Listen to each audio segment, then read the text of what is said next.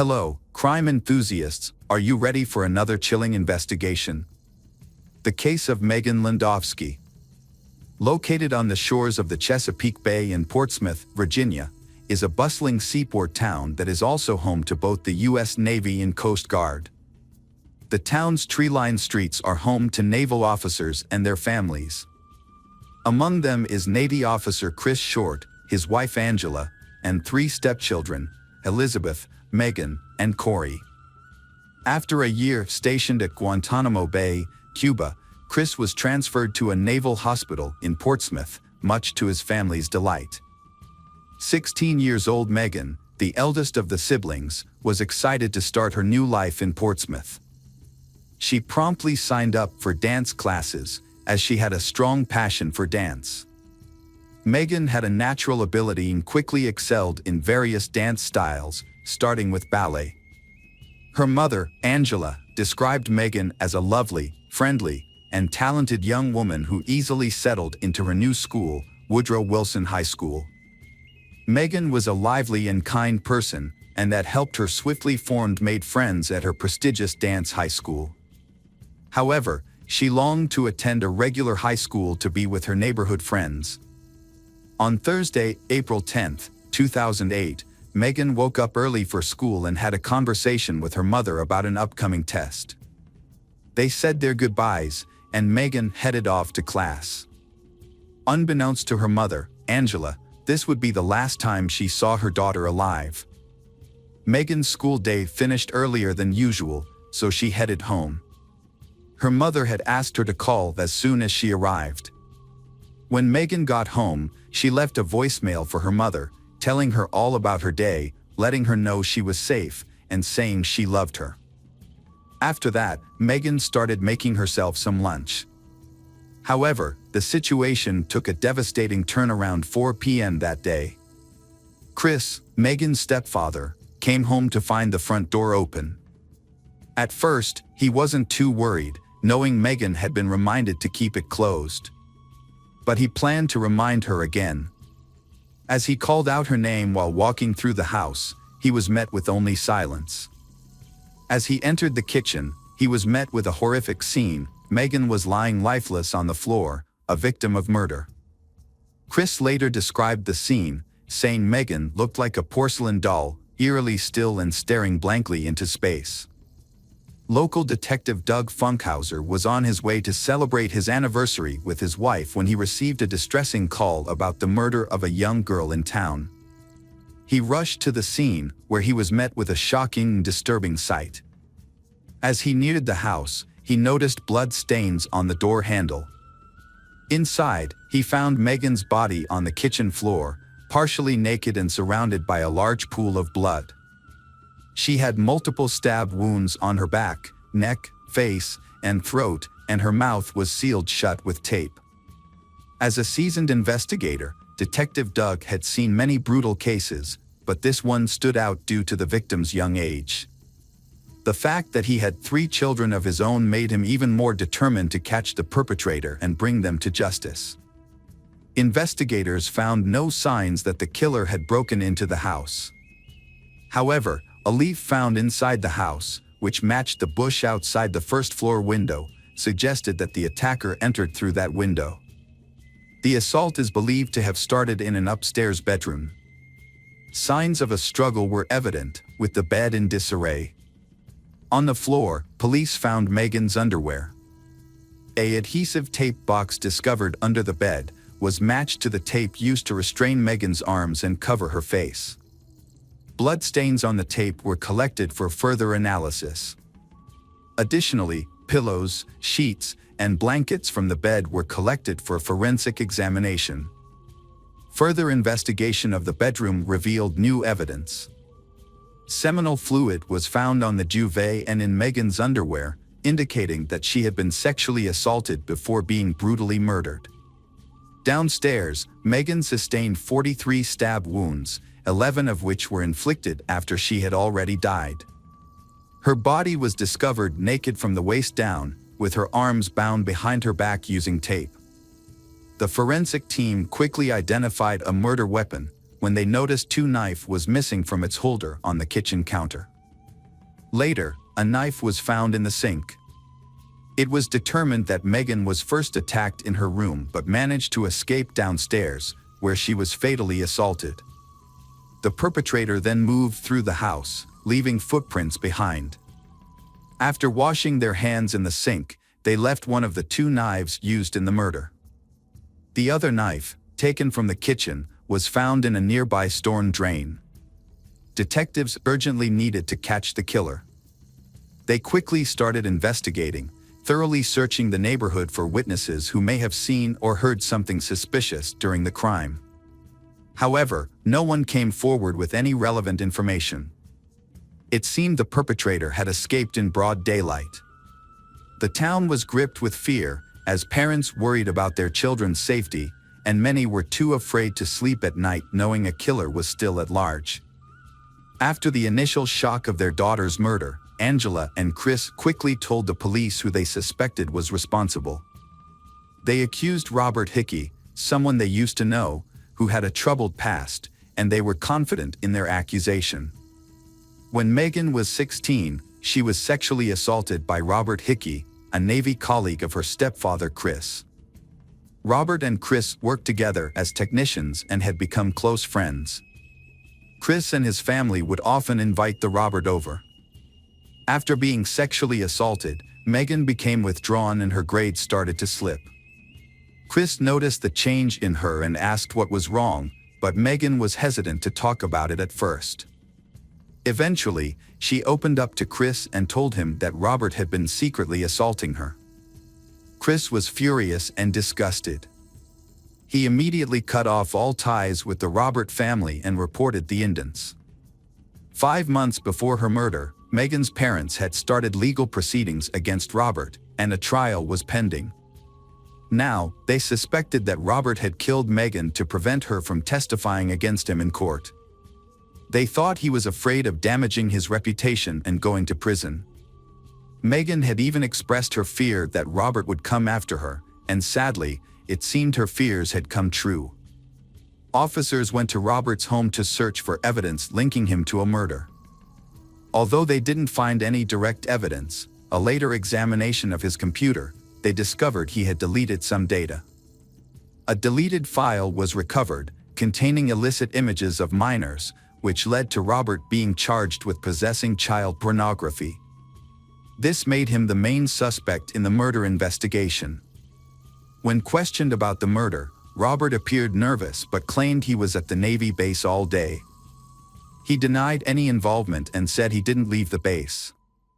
However, after checking his alibi with colleagues, police found a gap in his timeline, suggesting he could have been suspect. Security footage was checked, but it showed that Robert had not left the base. Despite this, he was still considered a suspect and could not be completely cleared of suspicion.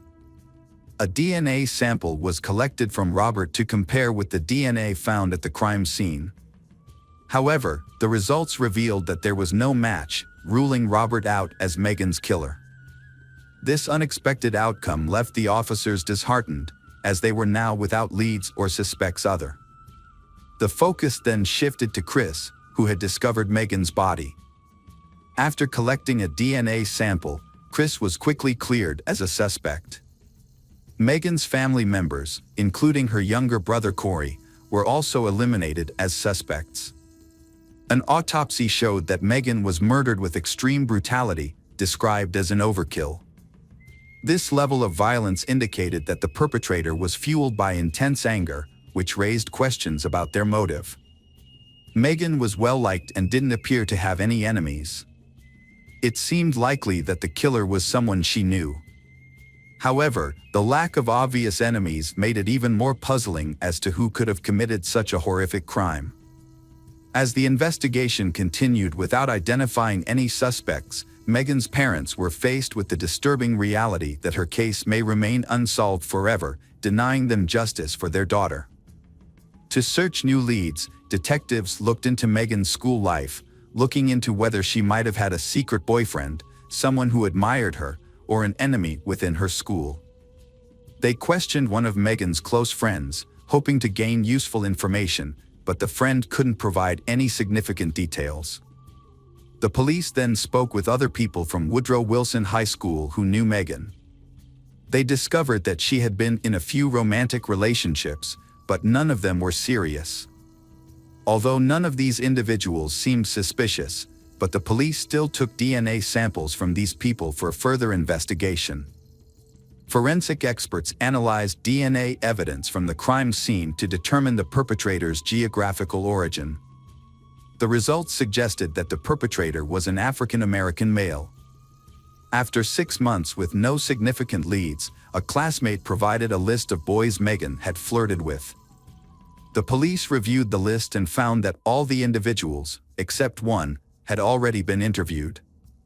The exception was 17-year-old Robert Lee Barnes. Megan had met Barnes through a performance arts program at Churchill High School, where they both participated. Megan had told a friend that she thought Barnes had feelings for her, but she didn't feel the same way. Barnes was a talented violinist and a diligent student with no disciplinary issues. He was friends with Megan and had visited her home several times. Her parents described him as polite and kind. When questioned by police, Barnes followed the standard procedure and described Megan as kind. Initially, the police interview with Robert did not raise any suspicions. However, when asked if he would be willing to provide a DNA sample, Robert hesitated, then he refusing. This refusal was unusual, as all of Megan's other classmates had agreed to cooperate. When questioned about his refusal, Robert explained that his mother would not approve of him providing a DNA sample. The police clarified that, as he's 17 years old, Robert did not need his mother's consent.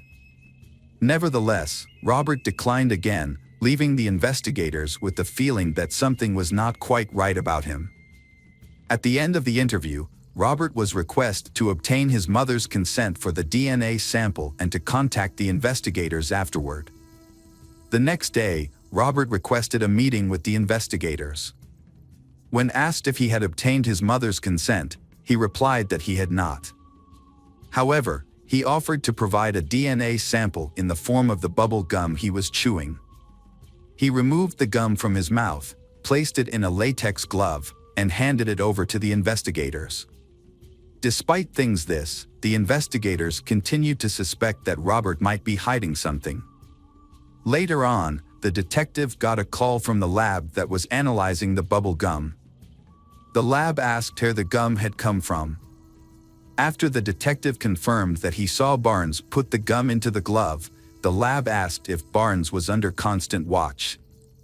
This was surprisingly, because the DNA on the gum belonged to a female.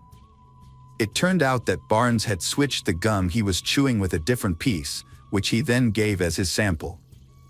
On October 23, 2008, Barnes was brought in for questioning again, this time with his mother. The police wanted to confront him with the DNA results. During the interview, after being questioned about the gum, Barnes made a slip of the tongue by saying, "This happened on Thursday." Up to that point, no individual interviewed by police knew the exact date and time of the murder. When questioned about this by the police, Barnes gave a very unreasonable and suspicious explanation. He said that Megan had invited him to her home. Upon arrival, he found her being held at gunpoint by a masked person. According to Barnes, the attacker then pointed the gun at him and forced him to tie Megan up. Barnes further said that he was forced to sexually assault Megan against his will. He then stated that they all went downstairs, where the assailant seized a knife and stabbed Megan. Additionally, Barnes stated that the attacker compelled him to inflict an injury on himself, thereby leaving his blood at the scene. However, Barnes had made up this story to make himself appear as a victim and explain away any evidence that might implicate him. The police were not convinced by his story and do not believe any of his testimony. Police presented Barnes with evidence of footprints found at the scene, noting that only his footprints were present, with no sign of the alleged assailant's footprints. However, before Barnes could respond, his mother interrupted, defending his character and stating that he was a good and innocent kid. However, after taking a DNA sample from Barnes and analyzing it, the results revealed a match between his DNA and DNA evidence from the crime scene, contradicting his claims of innocence. Consequently, Robert Lee Barnes was arrested and charged with the murder of Megan Landowski. Megan's parents were shocked by the news, and they struggled to understand how the quiet boy who rode the school bus with their daughter could commit such a violent act. According to the police investigation, Barnes likely entered the home through a window that afternoon, sexually assaulted Megan in her bedroom, finally brutally killing her. Megan managed to escape downstairs, but Barnes chased after her and stabbed her multiple times with a kitchen knife, even after she had died. He then left the scene and continued with his life as if nothing had happened. Investigators believe that Barnes had become fixated on Megan, who only wanted a friendship. When Megan rejected his advances, Barnes became coercive and violent, ultimately leading to a tragic outcome. In September 2009, Barnes accepted a plea deal that allowed him to avoid being tried as an adult, despite having turned 18. He pleaded guilty to first-degree murder and aggravated sexual battery. Robert Lee Barnes was sentenced to 42 years in prison and is currently serving his sentence at Red Onion State Prison in Wise County, Virginia. Regardless of whether Barnes was motivated by love, desire, anger, or rejection, nothing justifies his heinous actions. Instead of moving on, Barnes chose a dark path that led to a tragic end. This choice not only took an innocent life but also destroyed his own and hurt the people who Megan's loved ones. Hi there, investigators. It's time to uncover the truth behind another case. The case of Xavier Dupont de Ligons. Xavier Dupont de Ligons, born March 9, 1961. He is the eldest son of the French Count Bernard Hubert Dupont de Lignes and his wife, Geneviève. Xavier had a younger sister named Christine. Xavier's parents were very wealthy. Xavier's mother, Geneviève, claimed to have received messages from the divine, which she wrote down during her creative writing sessions. Her strange beliefs developed into teachings about the impending apocalypse, and she founded a religious sect called the Church of Philadelphia. The group consisted of members of the aristocracy, whom Geneviève believed would survive the apocalypse and participate in the renewal of the world. Despite his father's aristocratic title, Xavier had little interest in the French tradition. Instead, he was fascinated by luxury, high-end cars, and Xavier loved the United States. Xavier's lavish lifestyle was financed by his mother through substantial donations from members of the sect, who vowed to keep their activities secret. In 1974, Xavier met Emmanuel Teneur on the beautiful island of Bra. They formed a friendship based on mutual understanding and respect. It is said that at that time, Emmanuel confessed his feelings to Xavier, but despite his rejection, their close friendship remained unchanged. 2 years later, Xavier met Agnes Hodanger in Neuilly-sur-Seine, a suburb of Paris. Agnes was born on November 9, 1962, and Agnes was deeply religious. She worked as an assistant at the Blanche de Casse Catholic School in Nantes, where she taught catechism. Although information about Agnes' family is not widely available, there are many sources that indicate that Xavier and Agnes formed a very close relationship. The relationship developed into a short-lived romance before they decided to separate. In 1990, Agnes gave birth to her first child, Arthur, from a non-coercive relationship. Soon after, she and Xavier got back together, rekindled their love, and decided to marry.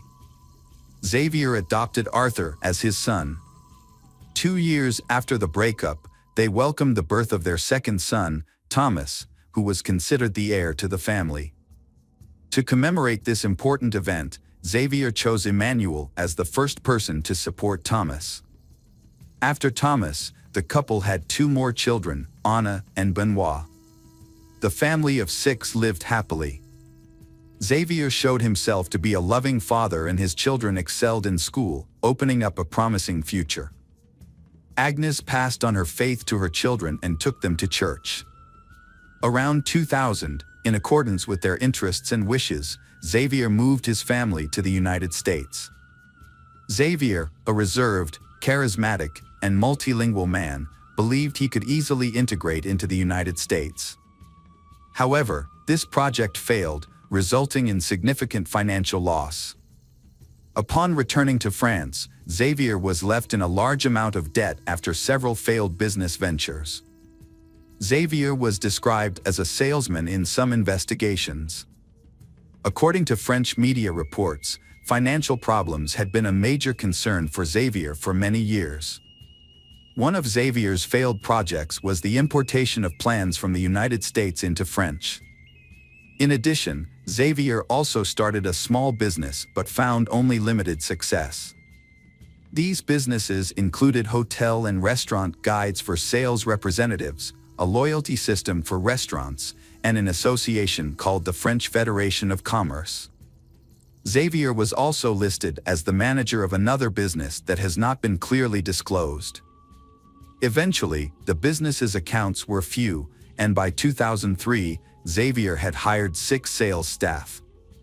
Xavier's work was often Monday through Friday and brought in less than $4,200 in reported annual income. The mounting financial problems began to strain Xavier's marriage, perhaps due to the usual disagreements in marriage. In 2004, Agnes wrote on a French forum about the challenges she and her husband faced, notably that Xavier had told her that the collective death of the entire family would not be a disaster. The financial situation worsened, and by 2009, the mounting debt had taken a serious toll on their relationship, forcing them to temporarily separate. During this time, Xavier sent Agnes several letters blaming her for the family's difficulties and the debts they were facing. This emotional stress affected Agnes, causing her to lose her sense of direction and suffer from insomnia. During this difficult time, Xavier sought help from his friend Emmanuel, who came from a wealthy family and had inherited a fortune from his father. Emmanuel was always ready to help Xavier financially. Emmanuel not only lent Xavier money, but also financed his trips and co-signed the purchase of a house. With Emmanuel's help, the Xavier family lived in a small wooden house on the outskirts of Nantes in the late 2000s. However, after settling down, the neighbors found Agnes to be stubborn and not easily put up with her husband. But behind closed doors, Agnes faced personal problems. She felt Xavier was too slow and unloving, and sometimes even abusive towards Agnes. She was also frightened by the way Genevieve, her mother-in-law, controlled Xavier. She described Genevieve as a mentally ill mystic and was extremely fearful. On January 20, 2011, Xavier's father Bernard died. Xavier hoped that his father's death would result in an inheritance, which would help him solve his financial problems. However, Xavier was shocked. When he went through his father's possessions, he found nothing of significance. The remaining items included a few pieces of paper, a rifle, a name tag, a ring, and some cash, which Xavier promptly took. A few hours after his father's death, Xavier withdrew cash using his father's card. On February 2nd, he obtained a gun license, and on March 12th, he purchased a silencer for his rifle. During this time, he practiced shooting a rifle in the garden, looking at a balloon on a support stand. Emmanuel visited and tried shooting, finding nothing unusual. Xavier explained that the silencer was to avoid disturbing the neighbors. On Friday, April 1st, Xavier and Emmanuel went to a shooting range together, where Xavier's rifle was the focus of attention. The next day, Emmanuel called Xavier 5 times and they talked for almost an hour. Sunday, April 3rd. That night, Xavier, Agnes, and their children watched a movie and had a nice dinner at a restaurant. Everyone in the family was there, except Thomas, who was studying at a Catholic school and living in a nearby dormitory. After the outing, the family returned home and were seen by neighbors. Some family members also exchanged text messages with friends and acquaintances. That night, Xavier used drugs to put his wife and children to sleep, then shot and buried them in the garden. He did the same thing with the family's Labrador. Xavier called Agnes's workplace and said she was sick. He then contacted Arthur's school and said Arthur had been in a motorbike accident. He then contacted Anne and Benoit's school and said they were sick. In the afternoon, Xavier sent a letter to the restaurant where Thomas worked, saying that Thomas would resign because his father had been transferred to Australia. However, Xavier still had to deal with Thomas. On Monday, April 4th, Xavier contacted Thomas and had dinner with him at a restaurant near Thomas's university dormitory. After the meal, Thomas returned to his room exhausted. The next day, Thomas received an urgent text message from his father, saying that Agnes had been in a bicycle accident and was in a coma at the hospital, prompting Thomas to go to Nantes immediately. At midnight, a friend of Thomas's received a text message from him, saying that he was at home watching a movie with his father. Thomas was probably dead by then. About an hour later, Xavier emailed Emmanuel, arranging to meet up soon. Emmanuel responded, reminding Xavier that he had the power of attorney and the keys on the boat. Xavier went in and out of his house and even left a note on the door asking for no more mail to be delivered. Xavier then withdrew cash from an ATM, which was captured on security cameras. He paid with credit cards at restaurants and stayed at hotels under his real name. As Xavier's perfect escape began, the neighbors began to notice worrying signs. The once open windows of the bungalow had been boarded up for days. The 4 children of the Xavier family were no longer seen playing outside. The dogs were no longer heard barking, and Agnes was nowhere to be seen. All disappeared without a trace. Concerned neighbors began investigating and contacted the police. When police arrived, they discovered a nearly empty refrigerator with only a few jars of jam left. In the kitchen, a mop still had food on it, and a ring was placed on the living room table. Guitars were on the sofa, but no one was home. Police found empty picture frames, and the closet was empty of clothes. In the midst of the mystery, on April 9th, a letter appeared, sent to Xavier's family and friends. The letter claimed that Xavier had been hired by the U.S. Drug Enforcement Administration and that the family had gone undercover as part of a witness protection program, explaining why they had suddenly disappeared and had not communicated. Suspicion and concern grew among neighbors who sensed something was amiss. Fearing for the family's lives, they urged the police to investigate further. As the case gained media attention, more details emerged. On April 15th, security cameras captured Xavier entering a small hotel near Cannes. He parked his car, picked up a bag, and disappeared into nearby woods. This was the last time he was seen. Police returned to the family home Xavier on April 21, 2011. There, they discovered a new plot of land under the terrace. When they dug, police found the bodies of Agnes and her 4 children. Each had been shot 2 to 3 times and were wrapped in bags, covered with religious symbols, and carefully buried in sacks of quicklime. The family's 2 Labrador retrievers were also found buried. Despite a thorough search, no traces of blood, fingerprints, or DNA were found.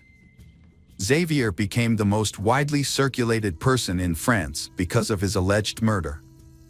His image appeared on every news bulletin. However, it seems that Xavier has mysteriously disappeared from the face of the earth. Autopsy results of 5 victims showed most of the bullets were shot in the head. In addition, traces of sedatives were found in the bodies of the children, which confirmed the hypothesis that they attacked while they were sleeping. A remarkable detail began to appear around Agnes. In the master bedroom, police discovered a device that Agnes used to control her sleep apnea, which had stopped working at 3:27 a.m. on April 4th. Because of the close relationship between Xavier and Emmanuel was called in for questioning by the police. Emmanuel cooperated with initial investigations. When Emmanuel was questioned about the exported rifle, Emmanuel initially knew about it. However, upon further investigation, the police discovered many inconsistencies in Emmanuel's testimony. They soon realized that Emmanuel was not being completely truthful. A crucial step occurred 24 hours later. Just before noon, Nantes police raided Emmanuel's apartment and seized Emmanuel's laptop. Emmanuel then revealed the real information about Xavier's export rifle. Xavier's mother Genevieve also attracted the attention of the police during their interviews. Genevieve was evasive and denied any knowledge of the Philadelphia church. The police investigation was fruitful. They discovered a copy of a complaint filed years ago by former members of the cult who fled in fear after Genevieve offered to have sex with all the men to conceive. This revelation about the cult, including the wealthy members who provided financial support, led the police to believe that this environment may have provided Xavier with material support. As a result, all former members of the Philadelphia church were questioned, and the police monitored the cult members, hoping to detect any indiscretions in conversations or emails. When the police examined the computer hard drive, they discovered many email exchanges between Emmanuel and Xavier. Some of the emails were particularly revealing about the relationship between the two. One email sent in the early morning of April 6 attracted special attention from the police. These accumulated details led investigators to the crime in which Emmanuel may have assisted Xavier in his escape. However, the police team's work has yielded results. They discovered a copy of a petition obtained years ago by former members of the sect. These people fled in fear after Christine offered to have sex with all the men to identify the chosen tie. The important revelation about this sect, including the wealthy members who provided the main financial support, has helped investigators better understand the work. They believe that this environment may have provided Xavier with the necessary support and substance. Therefore, all former members of the Philadelphia church were examined and followers of the sect were followed, hoping to find connections through conversations or emails. Despite efforts, no murder weapon was found. Xavier's cell phone records helped police track his movements in the country. Xavier's last known trace was recorded on April 15 from a security log. Based on the type of bag Xavier was carrying, police suspected that he may have been carrying a weapon. While everything suggested that Xavier might have committed suicide in the forest, the police conducted a thorough search of the dense forest, but without any results. This led to the hypothesis that Xavier might have sailed the boat to another country. Therefore, an international arrest warrant was issued on May 4. The Nantes police contacted the National Fisheries Monitoring Center to verify whether Emmanuel or Xavier owned a motorboat or a sailboat. The police did not find sufficient information, but Emmanuel was summoned to the Nantes police station for further questioning. When the police asked Emmanuel about the sailboat, Emmanuel claimed it was a coincidence.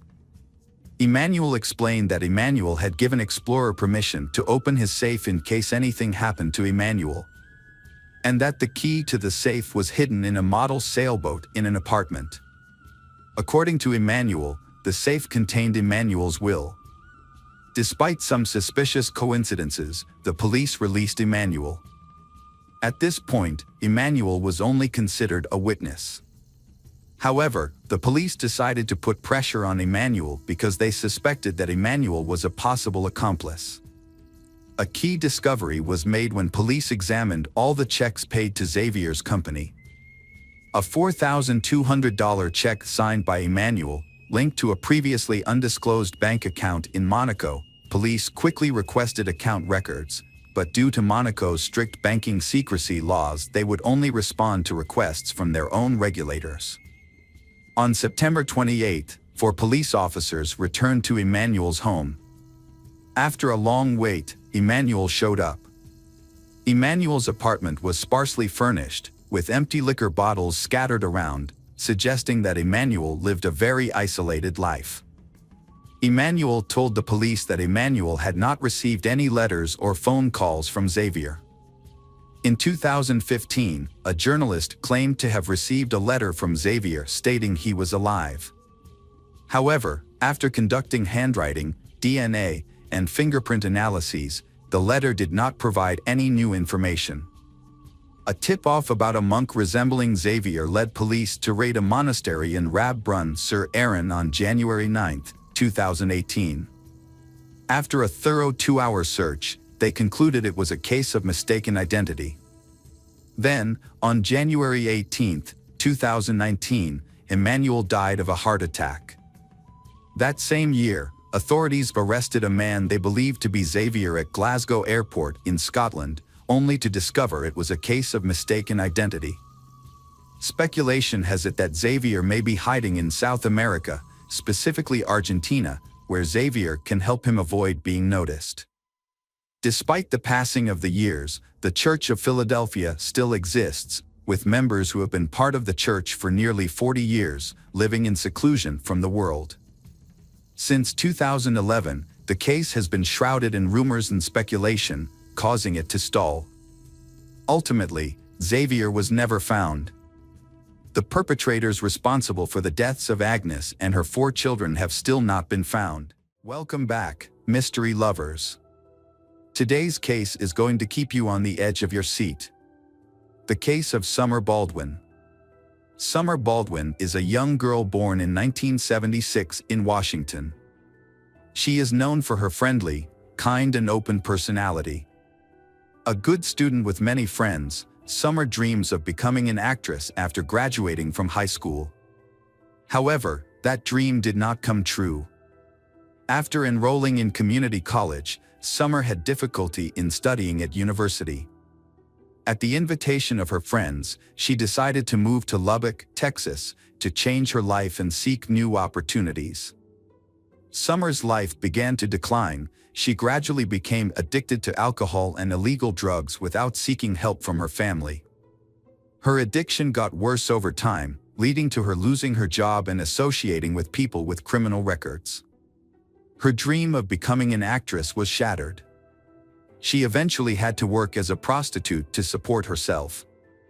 Meanwhile, Summer's parents, unaware of their daughter's problems and believing she was living a successful life, were devastated when they received news of her tragic death in September 2005.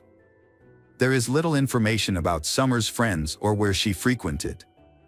However, there is one important piece of information to note. Just a few months before her death, Summer was a key witness in a major federal counterfeiting case. This suggests that her murder may have been gang-related and possibly premeditated.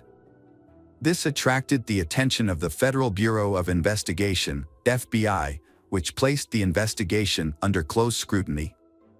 The police began their investigation and summoned the first suspects. The police first summoned Rebecca, Summer Baldwin's best friend, for questioning. Rebecca shed some light on Summer's work and revealed some information about Summer's boyfriends. One of them was aggressive when he tried to hold her hand, and kept following her even after they broke up, so that man became the main suspect in the case. However, the police arrested this man and brought him to the police station. But he completely denied his involvement in the case. He seemed genuinely surprised and saddened by the news of Summer's death. Moreover, he had a solid alibi for the night before the tragedy. He had been involved in a bar fight because he was drunk and had to spend the night in a cell with another prisoner. Therefore, the police had to release him. Marguerite, another friend of Summer's, provided vital information to the investigation. She met Summer the night before the murder and they had a conversation. They met on September 11th in the parking lot of a convenience store. A red van pulled up to the store, and a young man of Latino appearance got out of the van and entered the store. At that point, Summer got out of the passenger seat and greeted Marguerite. She told Marguerite that the man was a customer of hers, and that it was the second time she had seen him recently. After the man exited the store, he got into the driver's seat, and Summer got back into the van. Marguerite did not remember which direction the van went, nor where the couple was headed for their date. She also said she had never seen the man before and assumed he was not local. The man had very short hair, like a soldier, but Marguerite couldn't see him clearly because it was dark. Police later discovered a suitcase that was covered in trash and feces, but the contents were intact and new. The label and plastic attachments were still intact, indicating that the person who purchased the suitcase had not removed it. Police investigated and discovered that the suitcase was a large model and was only sold at 2 stores in the city. Police determined that a pair of identical suitcases had been sold the day before the murder at a Walmart store in the area of the city where Summer was last seen. The suitcases were purchased at 2 different times, the first in the afternoon and the second around 2 a.m. This discrepancy in purchase times struck police as odd and suspicious. Police went to the store and requested to review surveillance camera footage. After reviewing the documents, they discovered that the first suitcase had been purchased by an elderly couple. The couple did not arouse suspicion and explained that they had bought it for a vacation. However, the second suitcase was purchased by a young man who appeared to be Latino, had a slim build and very short hair, and looked like a military man. This led the police to suspect that this was the man the witness had mentioned when he saw him with Summer in the supermarket parking lot. This man also bought a pair of disposable gloves. The coincidence was so great that the police believed they had found the right person. This man was very careful to use cash to make payments instead of a card in order to eliminate any personal traces. However, he did not anticipate that there would be cameras that would detect him. These cameras accurately recorded his license plate number. The police quickly identified the owner of the car as Rosendo Rodriguez, a reservist in the United States Marine Corps. He had been in town for several days with his unit for training. Finding Rodriguez immediately proved difficult, as he had not been at the hotel where his unit was stationed. However, police had his details and discovered that he had withdrawn a large sum of money from an ATM at another hotel, which may have been used to pay for the suitcase and gloves. Rodriguez had not stayed at the hotel where he used the ATM. Instead, a man named Thomas Rodriguez had checked in on September 11th. It turned out to be the same man, but using a different name for reasons unknown. The hotel room Rodriguez had rented, from which he had checked out, had not been cleaned, yielding crucial evidence. There were brown stains and splatters on the carpet, bed, and walls that looked like dried blood. A card from a new suitcase was found near the bed, and a trash bin contained used birth control pills and disposable gloves. Forensic analysis confirmed that the dried blood in the room belonged to Summer, and the DNA on the birth control pills and gloves matched both Summer and Rodriguez. There was no doubt that they had found the killer, but Rodriguez had left town by then. However, with all the information they needed, tracking him down was easy. Rosendo Rodriguez III was born on March 26, 1980, in Wichita Falls, Texas, to a poor Mexican immigrant family. Reports indicate that he experienced violence and harsh treatment as a child. His father, described as domineering and aggressive, struggled with alcoholism and was often abusive to his wife and children. Throughout his childhood, Rodriguez showed an aggressive nature, often getting into fights at school. However, as he grew older, he learned to control his anger. After graduating from high school, he attended Texas Tech University and moved away from his parents, living on his own. He held a variety of jobs before deciding to serve in the U.S. Marine Corps, including working at a pizza parlor, as a mail carrier, and as an office worker. His military colleagues described Rodriguez as quiet, disciplined, and responsible. He was considered a trustworthy friend, always willing to help others, and had a solid academic background. He was also attractive, which made him attractive to women.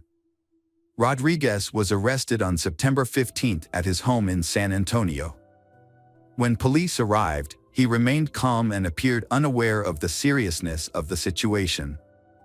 During the search, a striped shirt and shorts were found, matching the outfit he was wearing when he purchased the suitcase, which was captured on surveillance video. His laptop and cell phone were also confiscated. During the first weeks, Rodriguez remained silent and denied any involvement in the murder of Summer Baldwin. However, the evidence against him was overwhelming, so, on the advice of his lawyer, he began to tell his version of the story, which differed greatly from the scenario set up by forensic experts. Initially, Rodriguez explained that he had accidentally checked into a different hotel than his teammates. He only knew the name of the hotel chain where they would be staying. And after checking in, he realized that the others were staying in a different location. He decided not to move because the military leadership said it was unnecessary. However, he did not explain why he checked into a room under a different name. On the morning of September 10th, Rodriguez rented a van to make it easier to move. That evening, while walking around the city, he said he ran into Summer Baldwin. According to his account, he saw a blonde woman sitting on a bench by the side of the road, covering her face with her hands as if she were crying. Curious and concerned, he stopped to check if she was okay and needed help. They began chatting, she calmed down, and then they went to his hotel room, where they talked and had a few drinks. In his testimony, they were not intimate. The next morning, Rodriguez drove her home, but they agreed to meet in the evening. He picked her up at the same location around 9 p.m. and went to a supermarket where Summer met her friend Marjorie. They then returned to the hotel, where Rodriguez said there was consensual intimacy between them. However, Rodriguez later said that Summer became aggressive and demanded money, which surprised him because he did not realize he was seeing a prostitute. And Summer's demand for money made him feel threatened. He disarmed her and punched her in the face, causing her nose to bleed. Rodriguez claimed that he had no intention of harming Summer and that his actions were in self-defense. However, just a few minutes later, Summer collapsed on the bed, convulsing and foaming at the mouth. Rodriguez said that he tried to help her, but was unable to perform CPR due to the blood and foam on her face. After a minute, Summer stopped breathing and Rodriguez realized that she was dead. He became panicked and took several actions to cover up the incident. Rodriguez went to a nearby store, bought a suitcase and gloves, then returned to the hotel, put Summer's body in the suitcase and threw it in the trash. He knew that the suitcase would be taken to the landfill the next morning. Rodriguez then checked out of the hotel, returned the rental car and drove home to San Antonio, trying to pretend that nothing had happened. However, investigators found several inconsistencies in Rodriguez's testimony that suggested he had lied. One of the key pieces of evidence was the testimony of Marjorie, who met Summer in the parking lot on the night of the murder. Marjorie claimed that Summer made it clear to her that the man was her client, with whom they had previously had a paid encounter. Rodriguez claimed that everything between them was consensual, but evidence on Summer's body suggested that she had been taken advantage of. It is possible that their first night together was consensual, which is why Summer agreed to meet Rodriguez again. However, Rodriguez's testimony that he only hit Summer once in the face to calm her down does not appear to be true. The autopsy revealed approximately 30 new bruises on Summer's head and body on the night of the murder, along with several stab wounds. This suggests that Rodriguez used violence against Summer. Additionally, the fact that Summer was still alive when Rodriguez stuffed her into the suitcase contradicts his testimony that she was dead. Another notable point is that during the investigation at Rodriguez's home, police seized his laptop. When they reviewed his search history, they discovered that Rodriguez had been actively searching for information about Summer, whether the police were looking for her, and whether her body had been found in a dumpster. It is worth noting that Rodriguez also frequently searched for information about Joanna Catherine Rogers, a 16-year-old girl from Lubbock who had gone missing a year and a half earlier. When authorities offered Rodriguez a plea deal in exchange for information about Joanna's fate, he reluctantly accepted and told his story. He said he met Joanna, a high school student in Lubbock, in late April 2004. After several meetings, they went to his hotel room on May 4th. An argument over money ensued, along with threats of a rape lawsuit. Meanwhile, Rodriguez gagged Joanna to keep her quiet, but this action inadvertently caused her death. He then put the body in his suitcase and threw it in the trash to dispose of it. Rodriguez initially confessed to these actions but later recanted, claiming he was coerced. To strengthen the case, the police conducted a large search of the city's landfill in search of Joanna's body. More than a year later, they found a suitcase containing Joanna's body. Although the body was badly decomposed, DNA testing confirmed the identity of the body. The evidence gathered allowed the authorities to charge Rodriguez as a serial killer with heinous crimes and a consistent modus operandi. The trial, sentencing, and execution followed.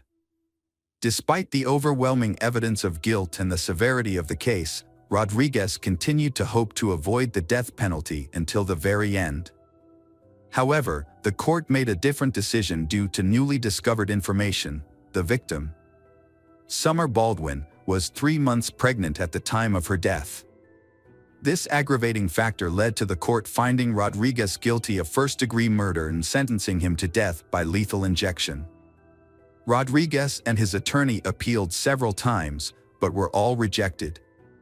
On March 27, 2018, nearly 10 years after his conviction, Rosendo Rodriguez was executed at the Huntsville prison in Texas. It was the 4th execution in Texas and the 7th in the United States in 2018. Hi everyone, thanks for returning. Let's unravel another perplexing mystery. The case of Graciela Garcia. Graciela Garcia was born on October 6, 1971, in Mexico. Her family was working class and they hoped to provide a better future for their children. As a result, her parents decided to move to the United States and eventually settled in Hermiston, Oregon. Graciela was too young to remember the hardships of the move. She attended Umatilla High School, a low-cost school where 66% of the student body was Hispanic. Graciela made friends easily and stood out with her outgoing. She later studied business at Blue Mountain College. However, since she was young, she has had a passion for hairdressing and has had the goal of owning her own hair salon. With passion and hard work, Graciela believed that her plans could come true with the right approach.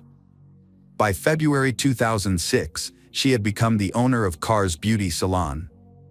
Thanks to her talent and charisma, she quickly became famous in society. Moreover, her professional image also contributed to the prestige of the salon. She is passionate about her work and has a deep understanding of new beauty trends. Thanks to that, she always has a loyal customer base. Some of her customers have become close friends and are often invited to her home. She is respected and loved by everyone in town. Her private life is also filled with joy and happiness. She was pursued by many men when she was young, but she only loved one. That man became her first love. They have 2 beautiful daughters, Annabelle and Gabriella, often called Gabby. However, that love did not last long. The man left the family. It seems that his feelings for her faded over time. Despite becoming a single mother, she did not feel hopeless. Instead, she focused on self-improvement and pursued a degree in cosmetology. After her divorce, Graciela met Romero Sanchez, a regular customer at the beauty salon where she worked. At first, their relationship was just a friendship. However, Romero later asked Graciela out, and she accepted. Gradually, their relationship became closer and deeper. However, when Graciela introduced Romero to her family, they felt uncomfortable because of his cold and distant attitude. Annabelle and Gabby, Graciela's 2 daughters, tried many times to connect with Romero, but he did not respond. Graciela's children were confused by such behavior, but they attributed it to personality differences. Graciela's partner seemed to be a strange and unapproachable person, which puzzled the people around her. They could not believe that a woman as full of life and fun as her could be so passionately in love with such a dry person. However, they still respected her decision. When Graciela announced her upcoming marriage, everyone showed their support and shared her joy. Especially Annabelle and Gabby, they wanted to see her happy and loved. On the wedding day, guests also noticed Romero's arrogance and conceit. Some thought he seemed too jealous when trying to steal all the bride's attention. When Graciela's young grandchildren came to congratulate the newlyweds, Romero treated them with contempt, making them feel uncomfortable. Afterwards, Graciela's relatives could not hide their true feelings about this man. Annabelle even openly stated that she did not consider him a stepfather and just wanted to maintain a normal relationship like other families. After the wedding, the Graciela family had 2 more sons, Arthur and Jacob. They moved in together at Graciela's house. Graciela's youngest son, Jacob, noticed that Romero began to act as if he were the sole owner of the house. Initially, Graciela tried to set personal boundaries, but because she did not like confrontation, she quickly gave in to Romero. He was hot-tempered and never gave in or apologized first. To avoid creating tension in the family, Graciela continued to give in to Romero. However, over time, Graciela began to realize that she had rushed into this marriage. In conversations with her relatives, Graciela confessed that she felt constrained and oppressed. Her husband controlled her and did not let her go anywhere alone. Despite this, Graciela never said she wanted to leave this abusive relationship. It seems she still loves him. Graciela's family gradually realized that she had become attached to the wrong man. Romero not only controlled Graciela but also lived off of his wife, much to her family's dismay. Romero was a skilled manipulator, constantly stalking Graciela, controlling her correspondence, and even threatening to break up the friendship between Graciela and her friends. He did not want to let her go anywhere, or sometimes he would show up unexpectedly, as if testing her loyalty. His jealousy became excessive and uncontrollable. She felt ashamed and self-conscious because of his behavior, and as a result, she limited her social life. She only communicated with her family and no longer connected with friends or colleagues as before. This seriously affected her work, as her profession required her to communicate regularly with clients and attend various events. Her friends and colleagues noticed a change in Graciela. She was no longer the cheerful and bright woman she used to be. She looked sad and tired, and she was clearly unhappy. Her children also noticed that she had changed in both her mood and appearance. They saw that she had lost her independence and confidence. After discussing it with each other, Graciela's family agreed that they did not like Romero. However, since he was Graciela's choice, there was not much they could do to change the situation. They could only respect her decision. Other relatives also expressed doubts about Romero, but no one knew how to help her in this situation. Graciela and Romero needed help with their relationship, and Gabby had mentioned this to her mother. However, Graciela believed that she would manage her personal life on her own. In 2018, Graciela decided to move her salon to her home for convenience. However, her family was skeptical as they had not heard about the plan for 12 years. Some customers commented that Romero's constant presence at the salon made them feel uncomfortable. Some people thought that Graciela moved the salon home to solve the problem, but others doubted that the idea came from Romero. However, Graciela was happy about the change and believed that working from home would bring her closer to Jacob and Romero. At the end of the year, she and her husband renovated a room into a beauty salon, completing it in May 2019. The salon closed shortly after, but Graciela's reputation remained intact, and rumors of her reopening attracted many customers, including new ones. Graciela was delighted with her career success, but became increasingly secretive about her personal life. However, after 17 years of marriage, Graciela and Romero decided to separate. Romero always kept in touch with their children and saw them regularly. Graciela and her ex-husband shared custody of their youngest son, while the other children were grown and living on their own, but they still kept in regular contact with their family and participated in family activities.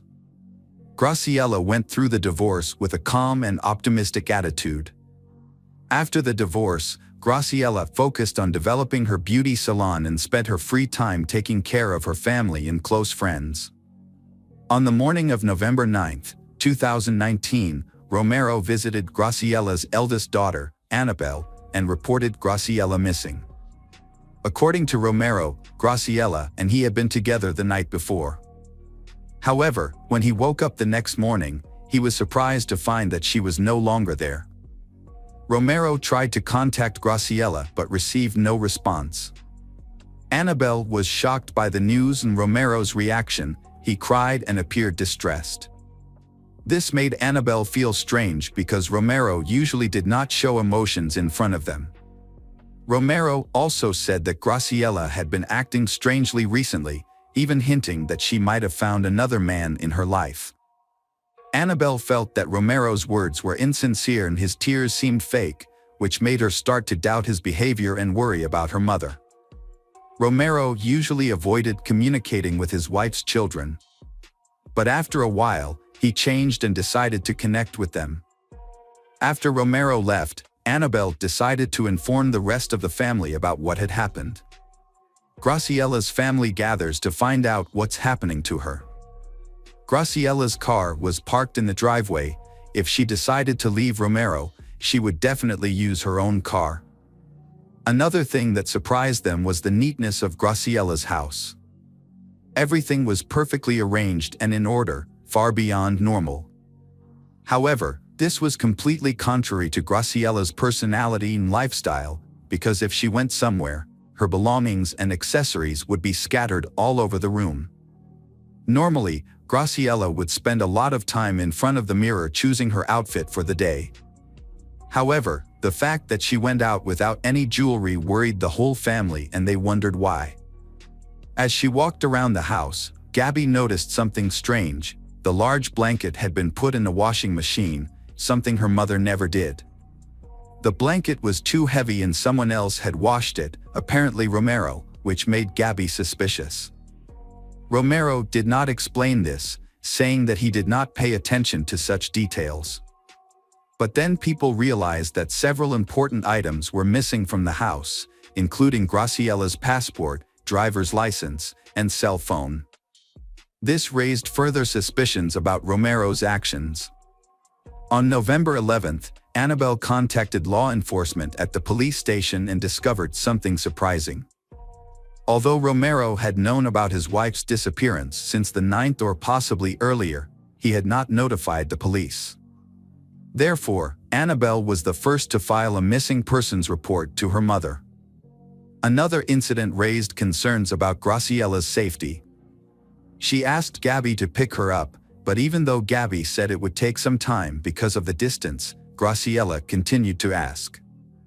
Gabby was surprised by this unexpected request for help. Graciela explained that everything was fine and that her request was just a result of an argument with Romero. When they met, Graciela appeared relaxed, smiling and asking her daughter not to worry. She believed that arguments between lovers were just a form of renewal in their relationship. However, after they broke up, Gabby remained uneasy and became increasingly worried about her mother. The investigation began after Annabelle contacted the police. This caused the relationship between Graciela's family and Romero to deteriorate. Romero seemed angry that Graciela's family had notified law enforcement about her disappearance. Romero gave an official statement about his wife's disappearance. He said that Graciela either wanted to be alone or that she had moved in with another man and would be back soon. That was his answer every time someone asked. However, the police did not ignore this report. Officers launched an investigation into the missing Graciela's disappearance, considering the possibility that she may have been a victim of a crime. They started by searching her house, where her relatives reported that only a few personal items were missing, without finding any other suspicious signs. The investigation expanded include interviews with her children, Romero, and other close family members, including her ex-husband. However, no useful information was gathered from these interviews. While everyone expressed doubts about Romero's behavior, he cooperated fully with the detectives, allowing them to search his home, answering questions, providing his DNA, and taking a polygraph test. Despite this cooperation, there was insufficient evidence to prove his involvement in the case. Further investigation revealed that Graciella's phone last sent a signal near a bridge in Washington on November 9 at 12:30 p.m. After that, her phone was turned off. Her bank accounts and social media accounts showed no activity, suggesting that she had not accessed since her disappearance. Hundreds of witnesses were questioned, and all the places she regularly visited were checked, but no one had any information about her whereabouts. The investigators found her disappearance to be highly suspicious, as it seemed she had vanished without leaving any clues. For months into the investigation, the Hermiston Police Department announced that they had found no reliable information about Graciella's last whereabouts. Although Romero had not reported her missing, he was not accused of any wrongdoing. Graciella's family became increasingly frustrated with the lack of progress despite their constant contact with authorities throughout the incident. However, as time passed, these updates became less frequent and eventually stopped, forcing Graciella's children to take initiative and contact the police station themselves to inquire about the status of the case. In an effort to reinvigorate the search, Graciella's family turned to the media in March 2020, seeking public assistance and attention. They hoped that by sharing their story, they might gather new information. Graciella's daughter Gabby was mainly in charge of communicating with the press. She expressed her family's increasing frustration with the lack of progress in the case and criticized the police for not keeping them informed for such a long time. She urged investigators to focus more on finding her mother, Graciella, and to take a closer look at the suspicious circumstances surrounding disappearance. Graciella's family suspected something was wrong, as the condition of her belongings was strange and unusual in her home. However, it was unclear who would want to harm her, as Graciella did not appear to have any enemies. The family also believed that Graciella would not have left on her own, as she would have contacted them to reassure. Posters and flyers describing Graciella were scattered throughout the city in search of clues to the case. Graciella, who is 49 years old, Latina, 1.6 meters tall, 62 kilograms, and with dyed blonde hair. Local residents were also asked to be vigilant and report any information that might help the investigation. Her children were so concerned that they asked for a new detective team to take over the case, as they suspected bias in collaboration with a suspect, Romero, who was acquainted with the original investigators.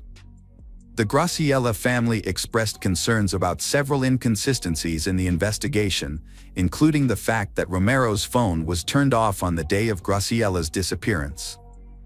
Additionally, Romero's calm behavior raised suspicions, as it didn't with the typical reaction expected from someone whose loved one has suddenly gone missing. As a result, the Graciella family demanded that the suspect be arrested immediately. Police Chief Jason Edmiston responded to allegations surrounding Graciella's disappearance, confirming that her case is being treated as suspicious and possibly involving foul play. However, he emphasized that this is just one theory and that the investigation remains impartial, driven by evidence. Edmiston also dismissed claims of social connections between Romero and law enforcement as baseless. Edmiston noted that the spread of misinformation has hindered the investigation. Certain information must be kept confidential, and authorities have sought assistance from the FBI. The police chief expressed frustration over public criticism of the police's actions. Separately, Gabby organized a fundraiser to hire a private detective, a move seen as a critique of the police's handling of the investigation. This perceived criticism suggested that the police were not doing enough to find Graciela. 1 year after Graciela disappeared, her family organized a memorial gathering. Here, friends and people who knew her shared stories about her lively and cheerful personality. They prayed for her safe return, lit candles, and later placed signs outside the police station, urging authorities to continue the search for Graciela Garcia. In September 2023, a major development in the case occurred when Romero Sanchez was severely injured in an attack and that required surgery. There was speculation that the shooter was Mason Garcia, Graciela's brother. The attack suggests that Graciela's family had become frustrated with the lack of progress in the investigation and took matters into their own hands, potentially leading to further tragedy. The disappearance of Graciela Garcia remains an unsolved mystery, leaving her family in a state of agonizing. This has significantly affected the health and mental well-being of her family. Living without knowing what happened to a loved one can be more challenging than coping with a confirmed loss. It remains unknown whether Graciela is alive or not. Her children continue to hope that the truth will soon be revealed and justice will be served to the criminals. Hello, crime enthusiasts. Are you ready for another chilling investigation? The case of Kimberly Antonakis. Kimberly Antonakis was born in 1974 in New York, USA. She was the only child in her family, although she grew up in love and wealth. Her father, Thomas, founded his own computer company. When Kimberly was young, her parents divorced. Kimberly left to live with her mother, and she still kept in touch with her father. Her father Thomas spent weekends taking Kimberly out and spending all his free time with her. When Kimberly's mother found a new man and decided to move to Florida, she was faced with a difficult choice: to stay with her mother or her father. Since she did not want to leave her familiar environment, Kimberly decided to live with her father Thomas. Kim began living with Thomas. Kimberly grew up to be a well-behaved and sociable child. Over the years, Kimberly became a beautiful and humorous girl. In 1994, Kimberly began attending the College of Staten Island. At that time, she informed her father that she felt she was old enough to live on her own. Kimberly's father, Thomas, was worried about this decision but still praised her and decided not to object. Instead, Thomas promised to ensure that Kimberly had a safe place of her own. Her father Thomas bought an apartment for Kimberly in a wealthy area of the city. He also installed an alarm system for the apartment to ensure Kimberly's safety. To avoid having to park far from home, Thomas bought a parking space in the garage across the street. He also bought Kimberly a cell phone and a pager so they could stay in touch regularly. Kimberly works as an accountant at a company.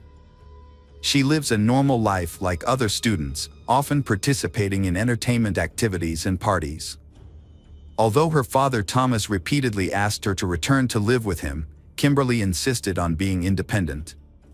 In early 1995, Kimberly's best friend Liz Pace's house was being renovated. Liz, along with her boyfriend Joshua Torres and their young son, came to Kimberly's house to ask for temporary accommodation. Out of kindness, Kimberly agreed to let Liz Pace's family stay. One day, Kimberly and Liz decided to go to a party. They got their makeup done, their hair done, and their outfits picked out. Afterwards, they had a great time and danced at the party. When the party was over, Kimberly drove Liz home in her 1994 white Honda Accord. However, Kimberly did not go up to the apartment with Liz because she had unfinished business. The two girls hugged and said goodbye. Liz returned to the apartment first. The next morning, when Kimberly did not show up for work, her co-workers contacted her father, Thomas, to inform him that Kimberly had not shown up for work. Kimberly's absence was unusual because she was always on time. Thomas was also unable to reach his daughter on her cell phone, which made him feel worried and had a bad feeling. Thomas decided to contact Kimberly's friends. However, no one had any information about where she had gone after leaving the party early in the morning of March 1st. When Thomas did not hear from her friends, Thomas decided to go to the police to report the incident. The police thought that Kimberly might have stayed at a friend's house overnight and would return soon, so they advised him to wait at least 24 hours. However, Thomas was not satisfied.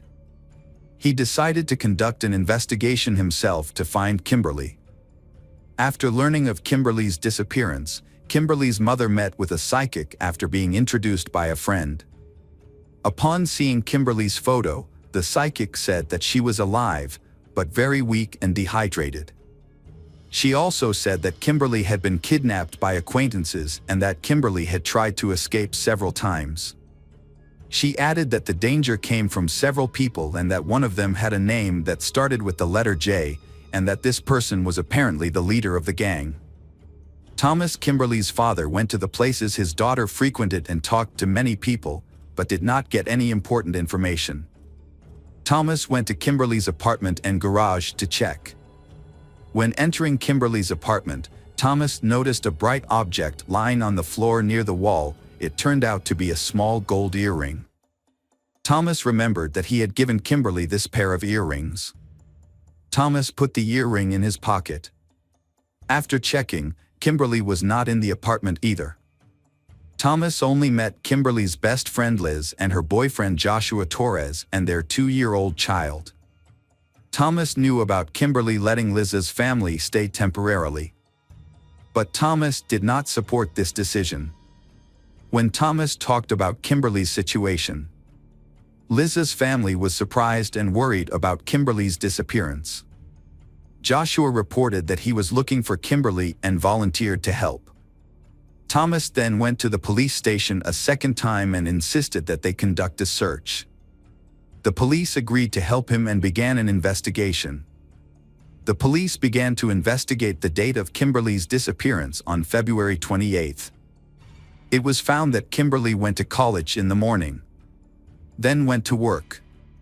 After work, Kimberly went home and had dinner. She then attended a party with Liz and returned home around 4 a.m. Kimberly then went to the parking lot, but the reason she was there at such an early hour is still unclear. Kimberly's bank account was also investigated. The police discovered that Kimberly had last used her bank card the evening before she went missing. The police assumed that Kimberly had been kidnapped. Due to the lack of concrete evidence, the police looked into the information that Kimberly's mother had received from the psychic. Witness interviews were then conducted. The first people interviewed were Liz and Joshua.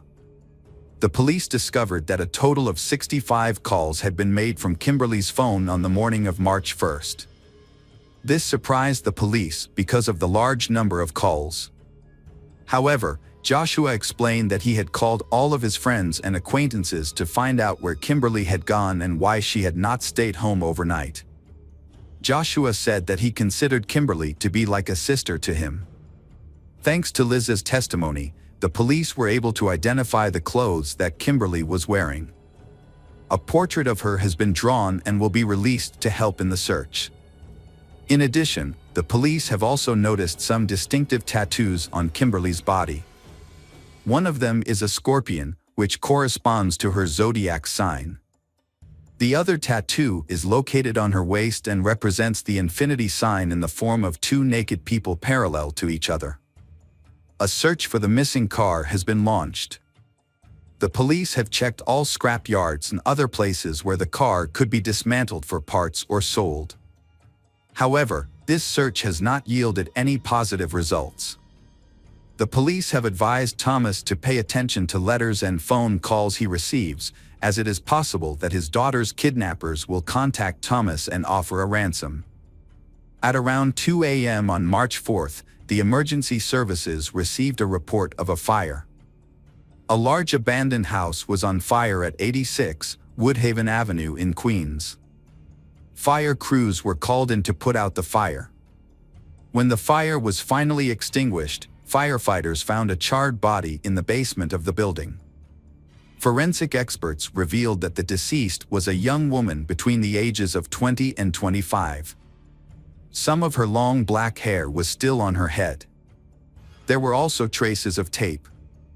The woman's legs were tied tightly, and her hands were tied behind her back. However, the worst part was that she was still alive when the fire broke out, as evidenced by her lungs filled with smoke. In fact, the young woman had been brutally burned alive.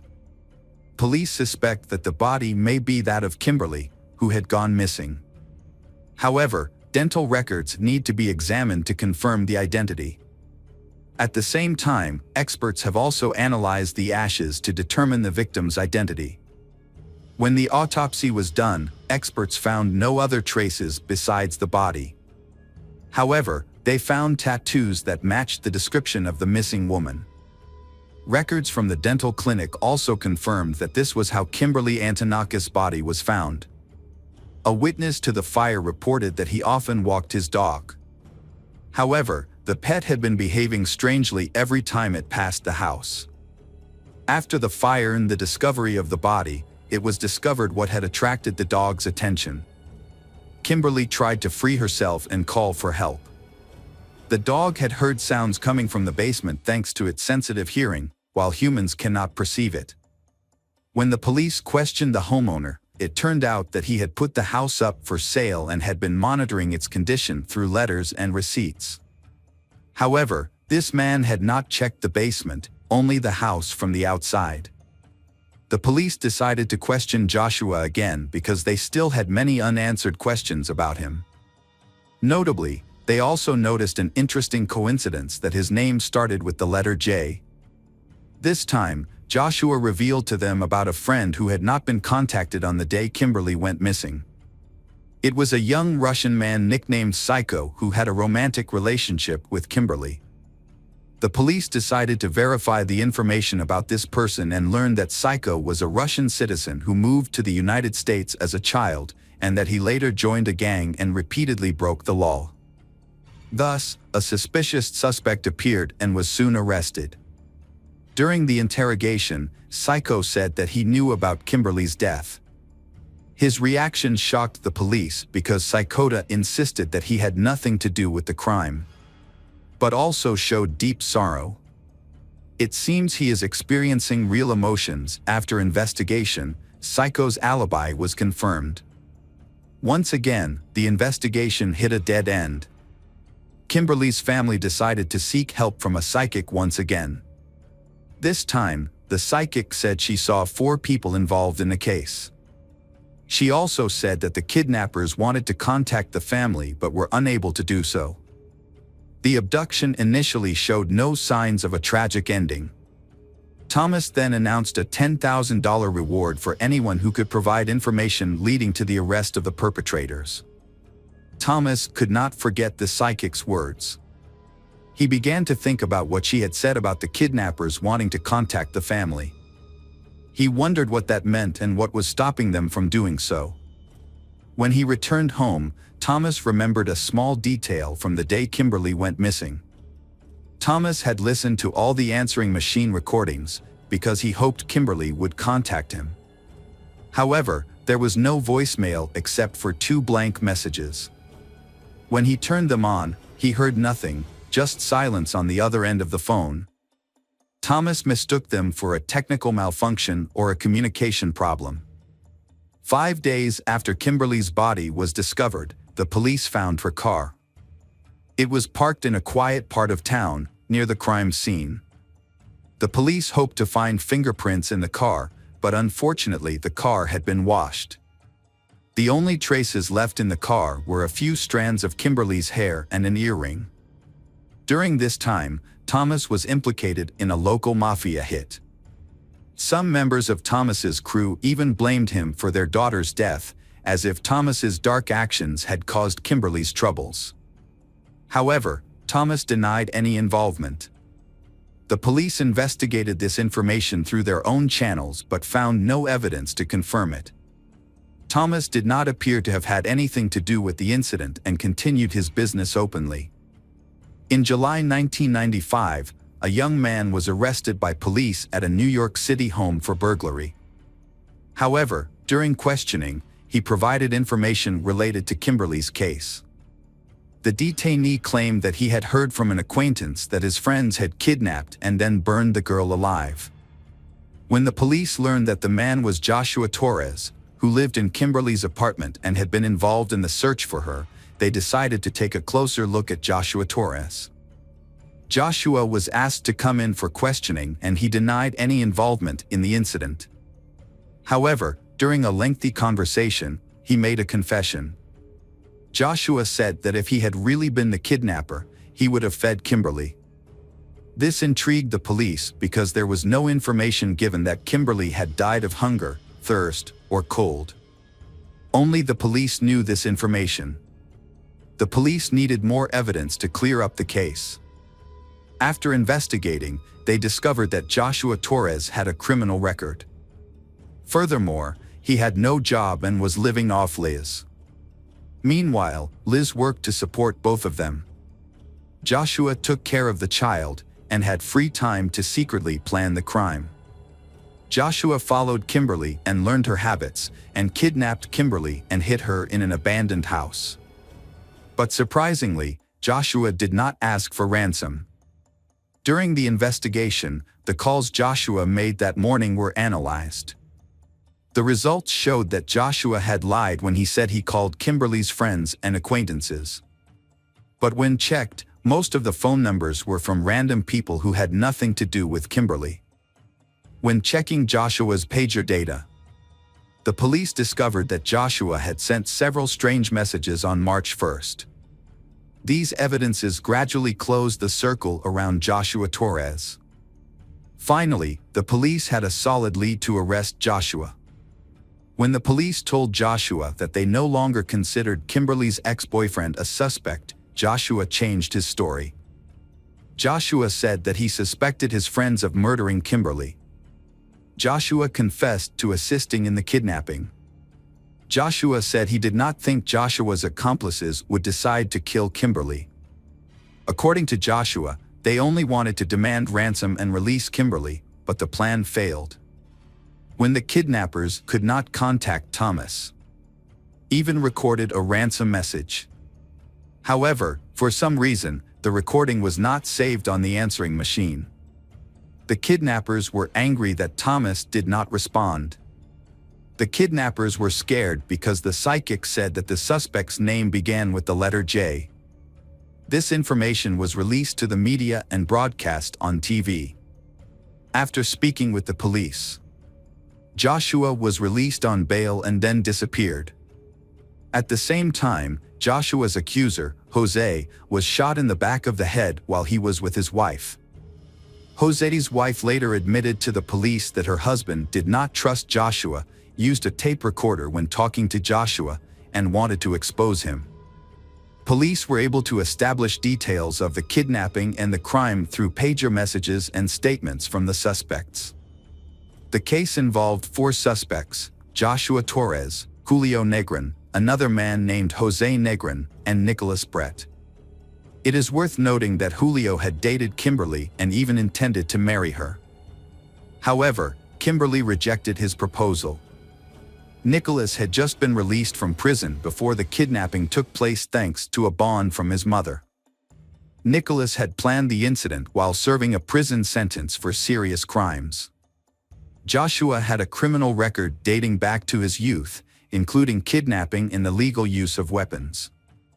A kidnapping had taken place, in which Joshua was the mastermind. Joshua directed the actions of the kidnapping group. When Kimberly returned from a party, the group of men attacked her in the parking lot. They had apparently been watching and waiting for Kimberly to be alone. To control Kimberly, they used guns to threaten Kimberly and force her to be quiet. They then tied Kimberly's hands and covered her mouth, eyes, and ears with duct tape. The group then put Kimberly in the trunk of their car and drove her to an abandoned house. There, they took Kimberly into the basement and tied her to a chair.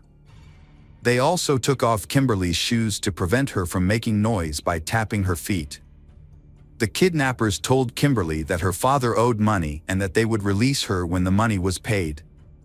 One of the kidnappers, Julio, was assigned to take care of her, bringing her food and water twice a day and keeping her warm. However, Julio left the house because he was afraid of the consequences. So, for 3 days, Kimberly had no food, no water, and was freezing. Immediately after kidnapping Kimberly, the kidnappers notified Joshua, who then demanded a ransom of $775,000 via an audio message. Joshua then called Thomas and left 2 empty audio messages. Therefore, Thomas ignored these calls. The kidnappers were waiting for a message from Thomas, but they did not understand why Thomas did not contact them. During this time, Kimberly was left alone and fainted several times due to dehydration, but Kimberly still managed to survive. The kidnappers did not receive the ransom and were afraid of being caught, so they decided to release Kimberly. When they went down to the basement, they found Kimberly unconscious. They thought Kimberly was dead and decided to get rid of all the evidence, including the hostage. The police knew that Joshua had directed the actions of his accomplices from inside the house, so Liz did not know that Joshua had kidnapped Kimberly. At the trial, Liz said that after being questioned, Joshua came to her and confessed everything. Joshua then beat her and threatened to kill her, before fleeing. Some time after the massacre, the police investigated Jose. He was also suspected of being involved in Kimberly's murder, but there was no direct evidence. Therefore, the police decided to take statements from the kidnappers. When questioning Joshua, he denied all involvement in the case. However, Julio decided to cooperate and gave an honest statement about the incident. Information from Julio allowed Joshua's role in the case to be determined, and Joshua was charged with Kimberly's murder. Therefore, Joshua, Julio and Nicholas were charged with related crimes such as murder, kidnapping and vandalism. At the trial, after more than 10 hours of debate, Joshua was finally sentenced to life in prison for 58 years, the same sentence that Nicholas Brett also received. Julio Negrin was convicted of complicity and sentenced to 2 to 6 years in prison after the incident. Kimberly's father, Thomas, was pleased with the court's decision. Because Thomas did not want criminals to be sentenced to death. In his eyes, the death penalty was not the most severe punishment. Nicholas experienced abuse and assault in prison many times, and after only 2 years of incarceration, Nicholas died of AIDS. Meanwhile, Julio was released after 2 years after completing his sentence. However, Joshua is still serving a longer sentence and cannot be released until 2053 at the earliest, if he is still alive at that time. In 2005, Thomas died of cancer. His family believes that Kimberly's death caused Thomas a lot of stress, and that cancer was part of that. The life of Kimberly Antonakos, a beautiful girl, ended suddenly and tragically. Hi everyone, thanks for returning. Let's unravel another perplexing mystery. The case of Channon Starbuck. Channon was born on April 19, 1969, in Anderson, Indiana. She was the youngest child in her family and grew up with 2 older brothers. However, her life changed dramatically when her parents divorced and remarried, giving her more siblings. From a young age, Channon dreamed of having a large and loving family of her own. She often participated in church activities and had a deep faith, which reinforced her dream. Channon grew up in a simple and friendly environment. She had a passion for painting and won many awards. When she was 20, she met Clay Starbuck, a 25-year-old man. They met at a party in Florida, where Channon had moved with her family when she was a child. Clay Starbuck, originally from Alaska, came to Florida during his vacation. During their first meeting, Channon learned a lot about Clay, including that he had attended a diesel mechanic school in Colorado after high school. He then returned home to work on the Trans-Alaska Pipeline and was financially stable. However, Channon also learned that Clay was married and had 2 children from that marriage. Despite this, she was not discouraged by his complicated past. Instead, she saw it as a positive thing, believing that it gave him valuable experience for his married life. After getting married, Channon and Clay moved in together. In the new place, Channon had to overcome many difficulties related to the environment and weather, but she eventually adapted and settled down. However, married life was not as perfect as Channon had planned. Channon and Clay were often apart because of Clay's work, but their love helped her overcome her loneliness and wait for the day they could reunite. During that time, she cared for Clay's children from his previous marriage and had more children. In 1996, the Starbucks family welcomed their son Austin, followed by his brother Blake 3 years later. When their daughter Logan was born, the family was even more excited. However, Logan was soon diagnosed with autism spectrum disorder, adding to the challenges of family life. Channon had to deal with Logan's illness and try to support her daughter. She became a more caring and nurturing mother to her children. She spent time on health care, education, and community activities. But while she focused on raising her family, she did not realize that her husband was having an affair at work. As time passed, the Starbucks family continued to grow, and Channon welcomed another daughter, Serena. Despite the hardships of life, she still tried to keep her family happy. But her husband's secret eventually came to light, and it would change her life forever. In 2000, Channon filed for divorce after experiencing a great shock and feeling deeply betrayed. However, she still had feelings for Clay and decided to move to Arizona to start a new life. This attempt failed because she still loved Clay. When Clay contacted her and begged her to come back, Channon believed that he had repented and decided to give him a second chance. In 2001, Channon and Clay welcomed their 5th child, Marshall. However, Marshall's birth created new disagreements. Even an official remarriage in 2006 could not save their broken relationship. After the remarriage, the family moved to Deer Park in Spokane County, Washington. Clay continued to work at his previous job, which led to him being away from home often. Channon had to manage her family and children on her own. However, suspicion continued to poison their marriage, which was affected by the long separations and breakups that occurred during their relationship. Finally, in 2010, Channon and Clay divorced for good. When she turned 40, Channon decided to rebuild her life once again. She still hoped that she could experience the joy of love. She was also determined not to repeat the mistakes of the past. Even when Clay was seriously injured, she chose not to get back together with him. Instead, she chose to support her ex-husband and provide help when needed. In February 2011, Clay quit his job and decided to settle down permanently in Deer Park. This brought him closer to his children and also closer to Channon. However, he still hoped that Channon would come back to him, but Channon did not share the same views. After finding freedom, Channon enjoyed her new life. Austin and Blake then moved in with their father, and they were happy to be away from their mother's constant supervision. Channon found a part-time job and enrolled in a dental assistant course after her divorce. She had to take care of her family and provide for her children, especially when her ex-husband stopped paying child support due to illness. However, she still had another man to support her in case of emergency. Her children often stayed with this man every Wednesday and on the 2nd and 4th weekends of the month. After completing the course and receiving her certificate, Channon was proud and began to pursue a new dream. She created a profile on a dating website, hoping to meet a man who was worthy and could help her forget her past. She still regretted spending so many years with Clay, a man who did not appreciate her. However, one morning in December 2011, her dream was suddenly ended.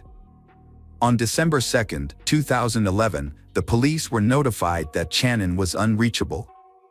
Her ex-husband, Clay Starbuck, was the first to report. He reported that he had not been able to contact his ex-wife since December 1st around 3 p.m. Shannon had texted her daughter that she could not pick them up from school because she was not feeling well and asked her father to pick them up. However, his phone was turned off, so he did not know about her text. The two children, Marshall and Serena, were tired and hungry. As a result, Logan, 15, decided to call his brother and ask him to drive them to their father's house, which was a few blocks away. When they arrived, Austin said he had not been able to contact his mother either. She may have turned off her phone to rest and recover. Austin took the children to Clay's house. Clay was not expecting them but was very happy to see his children again. After the divorce, the older children lived with him, while the three youngest children lived with their mother. So the father decided to enjoy his time with his children and not bother Shannon. On December 2nd, Clay drove the children to school and went to Shannon's house. However, the front door was locked and the blinds were drawn. Since he did not have a spare key, he could not enter the house. Clay then sent a text message saying that if Shannon did not show up by 7 p.m., he would contact law enforcement. Time passed without Clay receiving a response from Shannon, so he went to the police and reported the situation. Two sheriffs went to the address provided but did not see anything suspicious and returned. The sheriff suggested waiting another day, and if she had not contacted him by then, he should return. Frustrated, Clay went home and waited for news. The next day, Clay went to the police station again. This time, the police told him that he was not the only one reported missing. A friend and Shannon's mother were also unable to contact her. This did not fit her personality. This time, the police took a more serious approach to the case. Many of Shannon's relatives began to worry. After receiving the necessary permission, the police returned to Shannon's house to investigate. When they arrived, the police broke the lock and entered. Initially, they saw no signs of forced entry or robbery. Everything seemed to be in its place. However, when they entered Shannon's bedroom, they discovered an unexpected detail: a broken statue. Then came the horrifying scenes. Shannon, 42, was found lying on her back on the floor of her bedroom in a provocative pose. On her stomach was an erotic massage tool. She had hoped for a better future, but fate did not give her the chance to fulfill her dream. Shannon's body was covered in bruises and scratches. The medical examiner's report showed that some of the injuries on her body were caused by a stun gun. There was also evidence that her body had been moved. Shannon's cause of death was strangulation. It was the detective's job to figure out Shannon's last hours and find the culprit. The police realized that Shannon Starbuck had not only disappeared but had also been brutally murdered. Her room looked as if it had been turned upside down. The bed was unmade, the blankets and sheets were missing, and the mattress cover was stained red.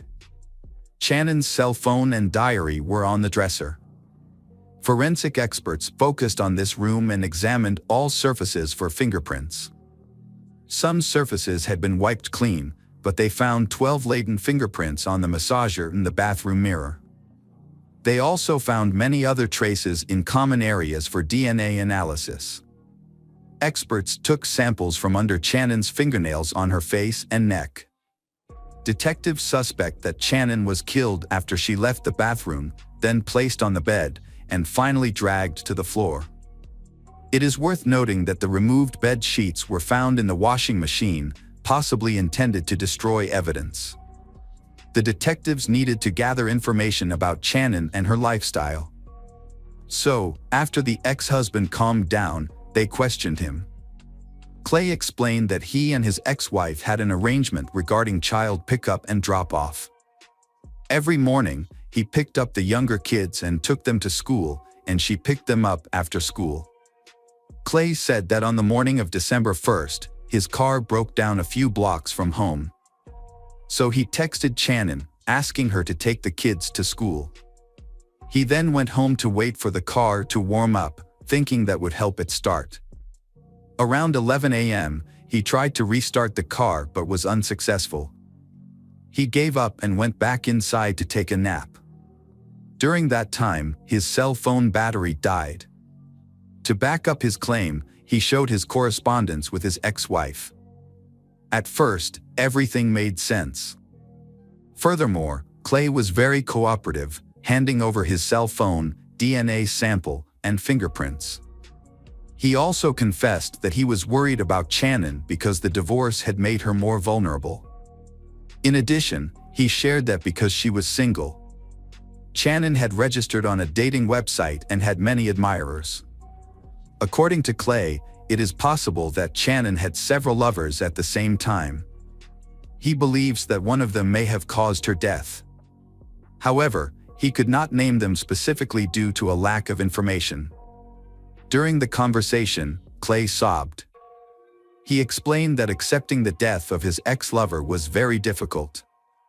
After taking his statement, the police let Clay go home. He was faced with informing his children about Channon's death. The case involving Channon Starbuck's death has attracted public attention.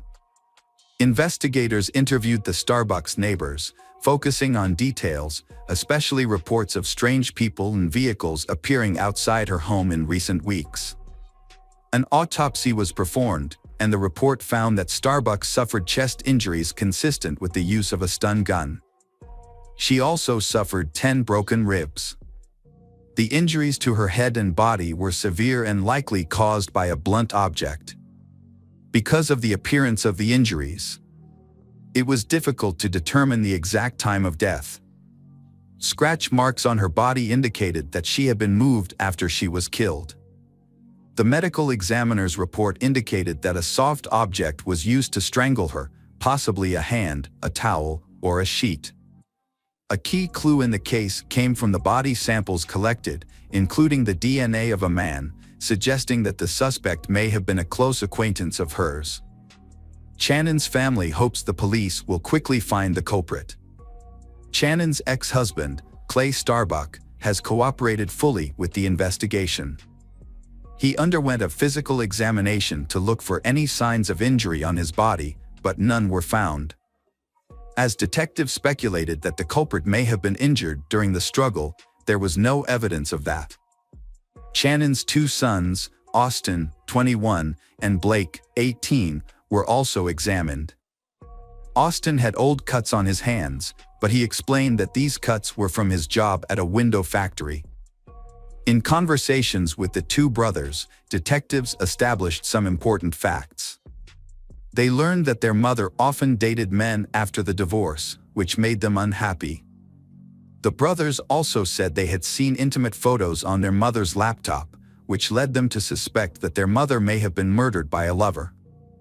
However, it was clear that they both loved their mother and were deeply saddened by her passing. Nonetheless, they did not agree with the changes in her life.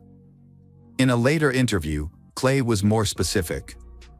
He said Channon caused discord in the family when he was away on business. She often met other men, and he even suspected that Marshall might not be his son. However, he still loved Marshall like his own son. He did not agree with some of Channon's actions, especially the fact that she often brought the children to his house when she went on dates. However, investigators gained a personal view of Channon and her family after speaking with him, her children, and her relatives and friends. After the investigation, detectives had a complete picture of Channon in her life. The kindness and concern of those who attended Channon's funeral on December 10, 2011, showed that she was an intelligent and sincere person. She was buried in a cemetery in Orlando. Investigators quickly searched for the killer after the incident attracted public attention.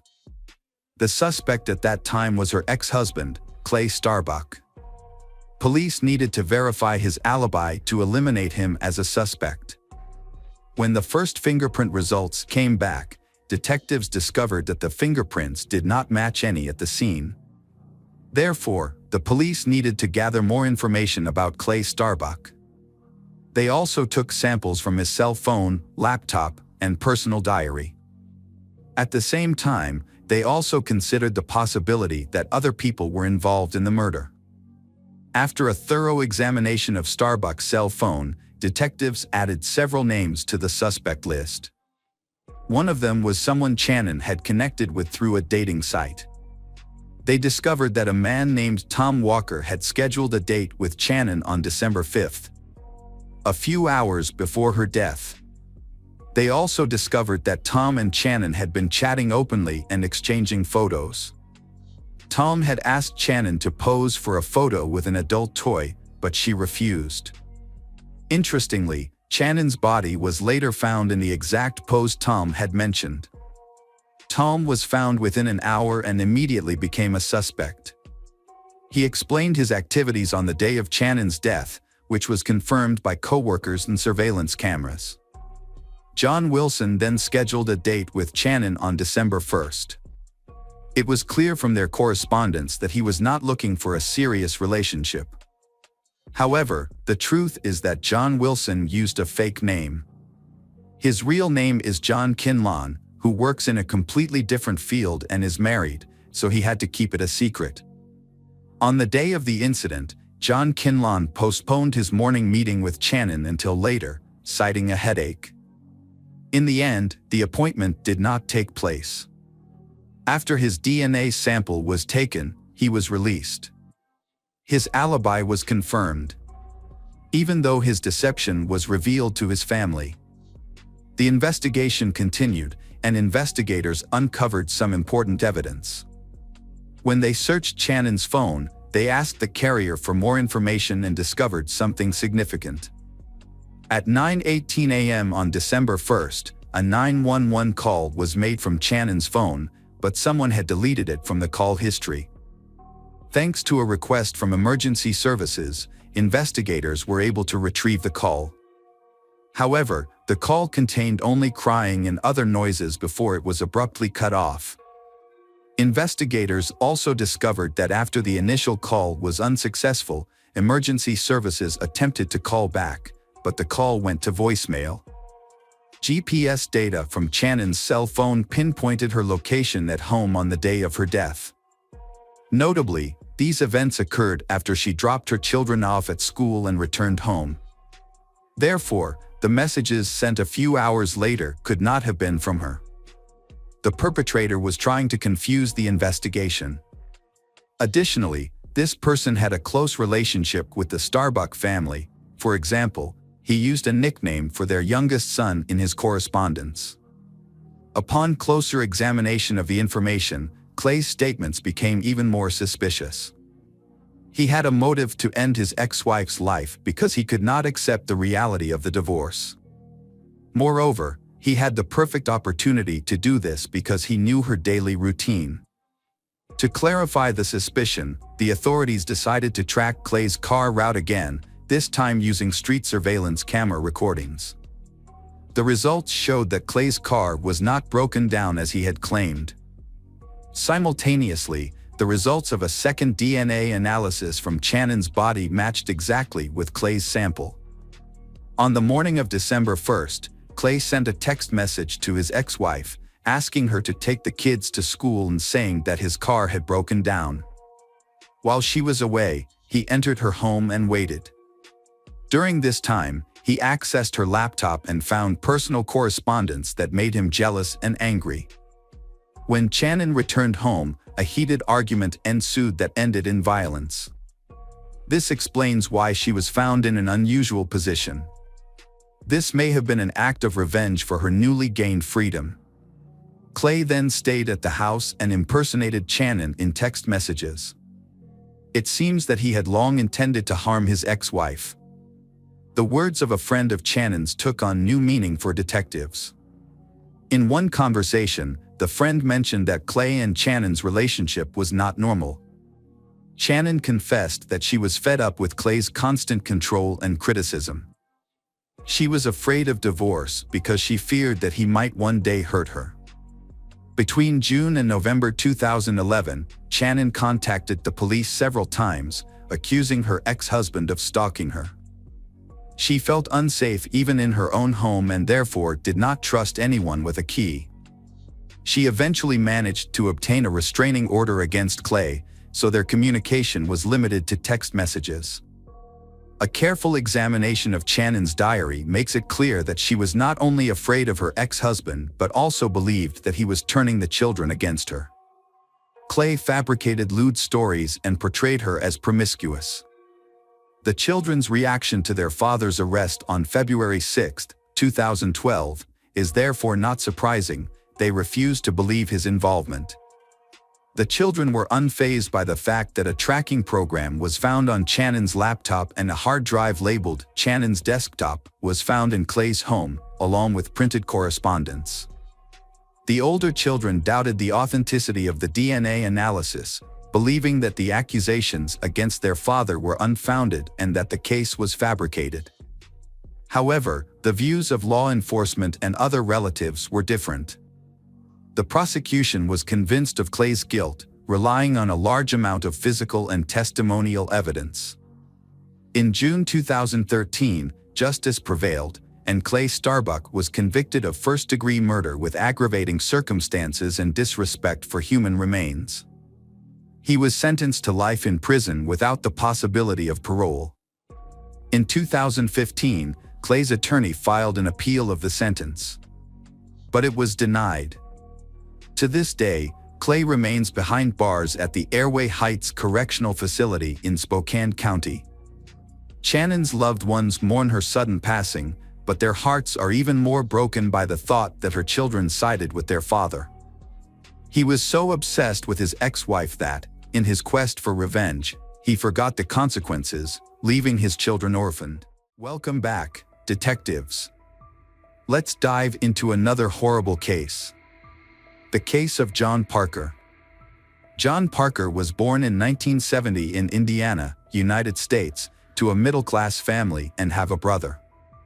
From a young age, John had a strong ambition to succeed. He valued being independent and continually sought ways to better himself, as well as looking for opportunities for growth and advancement. After graduating from high school, John began searching for ways to earn money. According to his brother, John's first job was as a waiter's assistant in a restaurant. However, he quit his job soon after, but the exact reason for his departure is unclear.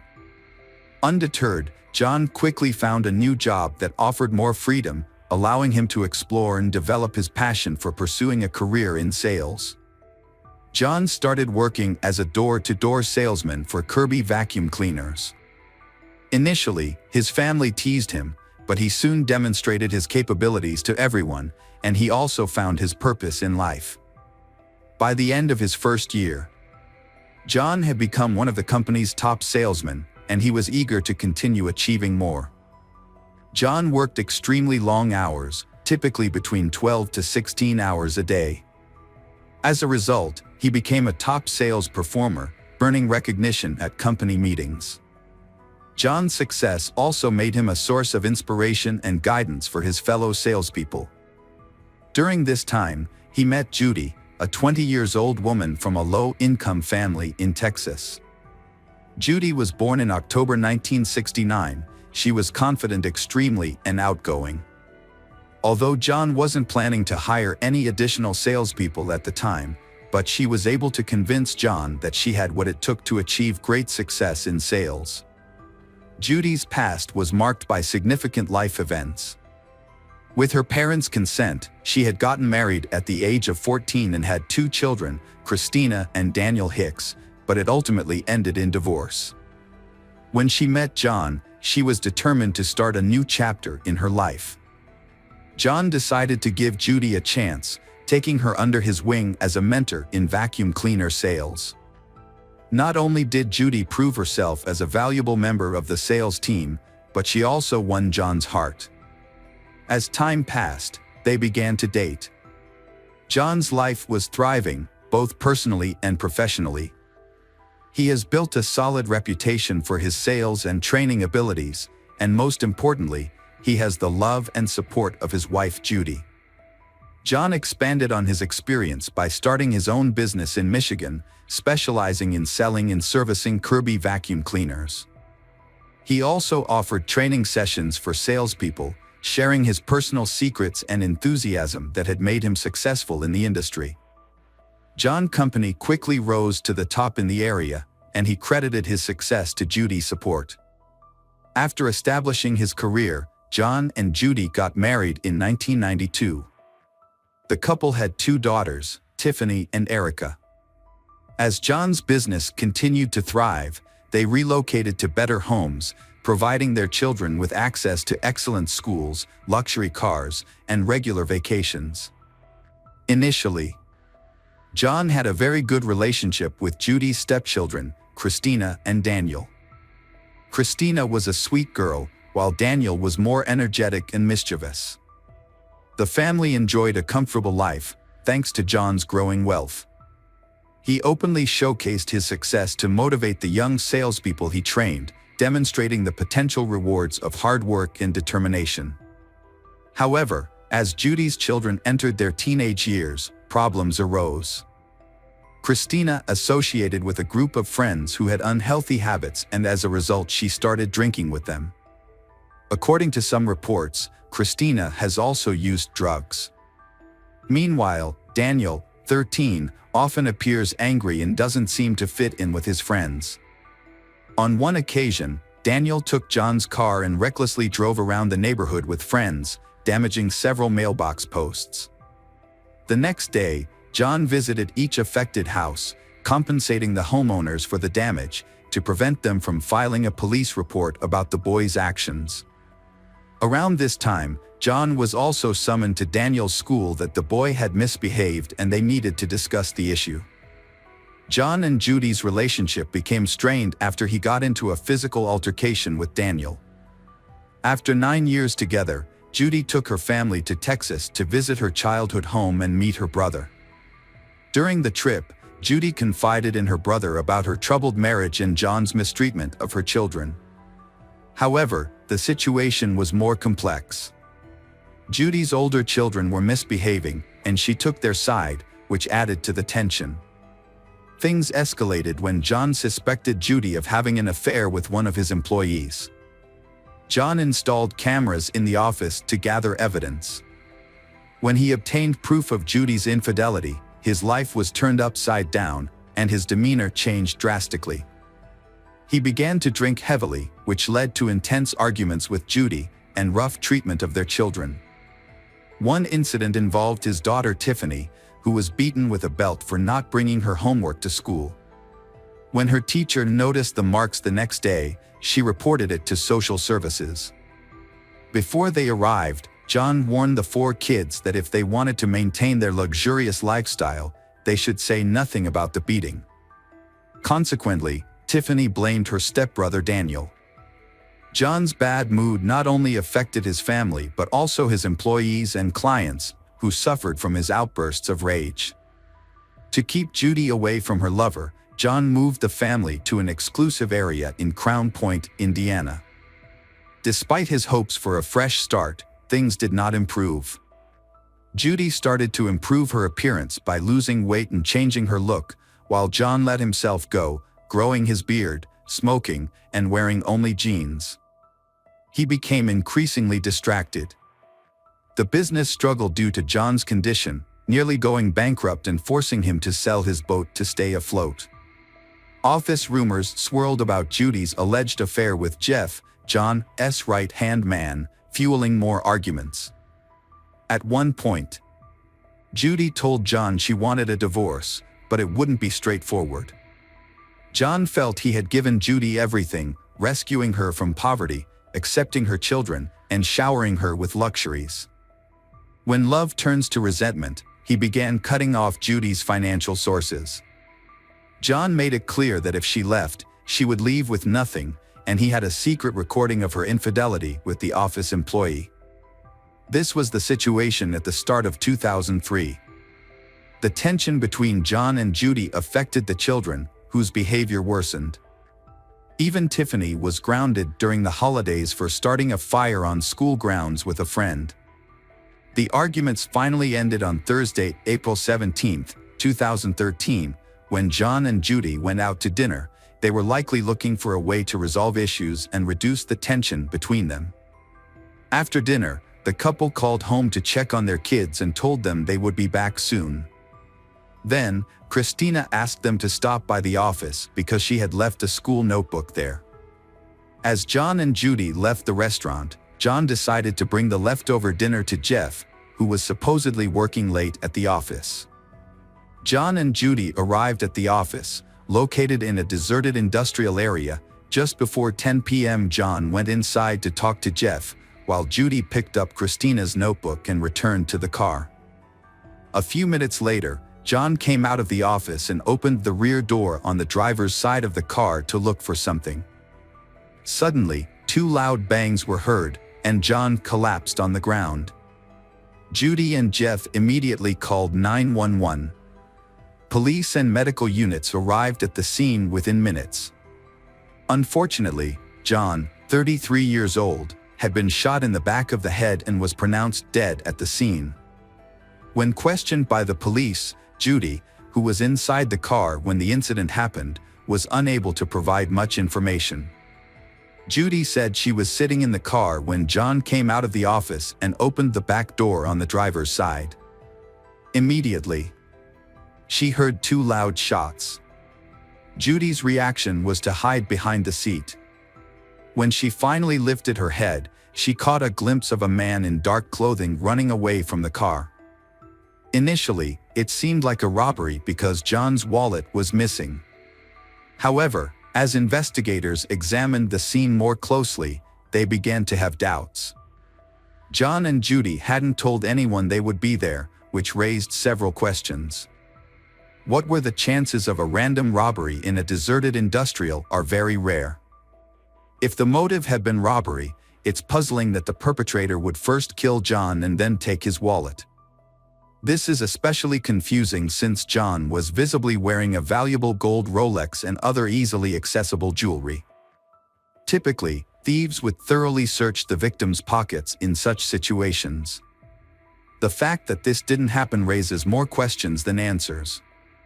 2 bullet casings were found at the scene, which supports Judy's account of hearing 2 shots. One shot killed John instantly, but there's no official information about the second shot. With many unanswered questions, investigators started work taking a statement from Judy. Judy reported that her husband had argued with an employee from his company prior to the incident and identified the individual. However, she couldn't provide any additional information beyond her initial statement at the scene. Jeff, who was inside the office, also couldn't offer any useful insights, as when he heard the gunshots and went outside, it was all over. Meanwhile, authorities informed Christina, a Parker resident, that her stepfather had passed away. With robbery ruled out as a motive, detectives turned their attention to John's circle of relatives and colleagues. They began with an employee who had allegedly argued with John, but the employee claimed they had resolved their issues amicably and had a verified alibi. The investigation expanded, include John's business partners, employees, competitors, friends, and family. Judy's behavior during the funeral surprised and puzzled many people, as she seemed cheerful and socialized with friends, which was unexpected given the circumstances. Her ex-husband was also seen casually reading a newspaper at the funeral. For days after the murder, police brought in 15-year-old Daniel for questioning because he was accused of hiring gang members to kill his stepfather, John. When questioned, Daniel admitted to paying someone to hurt John, but claimed he only wanted him injured, not killed. The police arrested one of the young men that Daniel had hired, but they were released after their alibi checked out. Daniel was also released after 9 days due to lack of evidence and his status as a minor. Later, it was discovered that John had problems with Judy's children, which led to further investigation into Daniel and raised suspicions about Judy's 17-year-old daughter, Christina. When questioned, Christina denied any involvement, and this lead also went nowhere. However, Investigators were left wondering who was providing the money for these schemes, and they suspected Judy was the source. Further investigation showed that Judy and John's relationship had gotten much worse before he died, and Judy's affair was discovered. However, sources revealed that John had no plans to leave his wife and was trying to save their relationship. Judy's main reason for targeting her husband seemed to be financial gain, as detectives found that John had 2 life insurance policies worth $1 million. After John's death, Judy tried to claim this money, but the insurance company initially refused to pay due to the ongoing investigation. Receiving the insurance money becomes even more complicated when John's father suspects Judy of being involved in his son's death. Despite these leads, the case stalled due to lack of concrete evidence. Over time, the John family household underwent substantial transformations. Judy was rarely at home, as she was busy with her new partner, Jeff, who was John's trusted manager. In Judy's absence, Christina and Daniel took care of Tiffany and Erica. Later, Judy and Jeff moved out of state with Tiffany and Erica, while Daniel went to live with his biological father. Christina, who was pregnant and had a boyfriend, stayed in the house. Although the investigation had stalled, authorities kept the case open, regularly reviewing the files in hopes of finding new leads. Their persistence paid off when they came to question some of Christina and Daniel's classmates. These schoolmates admitted to selling a firearm to Christina and Daniel. This information prompted detectives to investigate a piece of land owned by the family that Christina used for target practice. Upon inspection, several bullet casings were found. Laboratory analysis revealed a crucial clue: the bullet casings matched those from the crime scene where John was killed. In 2007, a colleague who was a narcotics officer provided additional information. The narcotics officer had been tracking Christina's ex-boyfriend, who was involved in a drug case and was arrested, to request a lighter sentence. Christina's former boyfriend revealed a conversation he had with Judy. In this conversation, Judy mentioned that her son Daniel was the one who fired the fatal shot that killed John. When confronted with this new information, 21 years old, Christina, who was linked to the weapon used in the crime, began to cooperate. She admitted to buying the weapon and calling John and Judy on the night of the incident. She had asked them to stop by the office, claiming she needed to pick up forgotten homework. Christina confessed to being part of a plan to kill John, with her brother Daniel designated as the shooter. When Daniel was 19, he was found and arrested in Arizona. Daniel was shown new evidence about the shooting and Christina's statement. He admitted to shooting John, but said his mother, Judy, was the one who planned the whole thing. Daniel said Judy had forged checks from her company to get the $7,500 to hire someone to kill John. However, when the people she hired took the money without doing the job, Judy told them to buy a gun for Daniel to use instead. Daniel also said it was Judy's idea to make up a reason for leaving the house that night by calling about homework. He said he shot John once in the head, and the second shot was an accident that happened while he was looking through John's pockets for his wallet, as his mother had told him to do. Daniel was also told to come back home without telling his younger sisters what had happened. His sister Christina helped by keeping the girls busy watching TV. Daniel said Judy convinced them to commit the crime by telling them they were being abused by John. And Judy promises them a better life with more money and freedom. It was also discovered that Judy had previously attempted to kill her husband. She had tried to poison his food, which resulted in John being briefly hospitalized with what was thought to be food poisoning. By the end of 2007, Christina and Daniel were formally charged with murder and conspiracy. Christina pleaded not guilty to conspiracy and was released on bail. In March 2008, Daniel, then 20 years old, pleaded guilty to conspiracy to kill his stepfather, John. As part of a deal, Daniel agreed to admit his guilt and testify against his mother. The prosecution agreed not to charge him with murder, but he still faced a prison sentence of 20 to 25 years. Daniel claimed that when he was 14, about a year before the incident, his mother and sister asked him to help kill John. His mother gave him and his sister money to buy a pistol, black clothing, gloves, and a mask to wear on the day of the crime. She also instructed him on what to do, including showering after the crime to remove gunpowder residue. Judy took responsibility for disposing of the evidence, including the gun, clothes, and her husband's wallet. In July 2009, 6 years after John's death, Judy turned herself in and pleaded guilty to conspiracy to commit murder. She admitted to planning, executing, and covering up the crime. The prosecution asked for a sentence of 28 to 35 years in prison. Judy, almost 40, was sentenced to 33 years in late August 2009. Daniel was sentenced to 23 years in September, and Christina received a 5-year sentence in October. Press reports state that Daniel was released from custody in 2017. He then chose to keep a low profile. Christina served 4 years of her sentence and was released in 2013, but she tragically died from a drug overdose. This case was driven by greed. Although Judy was successful, her greater desires led her to terrible crimes. Judy's actions not only destroyed a successful business owner but also had a profound impact on her 4 children. 2 of them ended up in prison, and the younger ones were left without their parents once again. Hello again, true crime fans. We've got another mysterious case to explore. The case of Petit family. The Petit family was viewed as a model family due to their stable economic background and well-behaved children, earning them genuine admiration from those around them. William Petit, the father, was a standout athlete in high school, particularly in basketball, where he demonstrated natural leadership skills.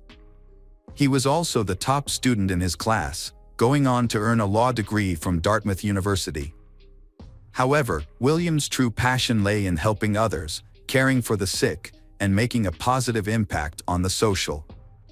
After completing his law degree, he decided to pursue a career in medicine at the University of Pittsburgh.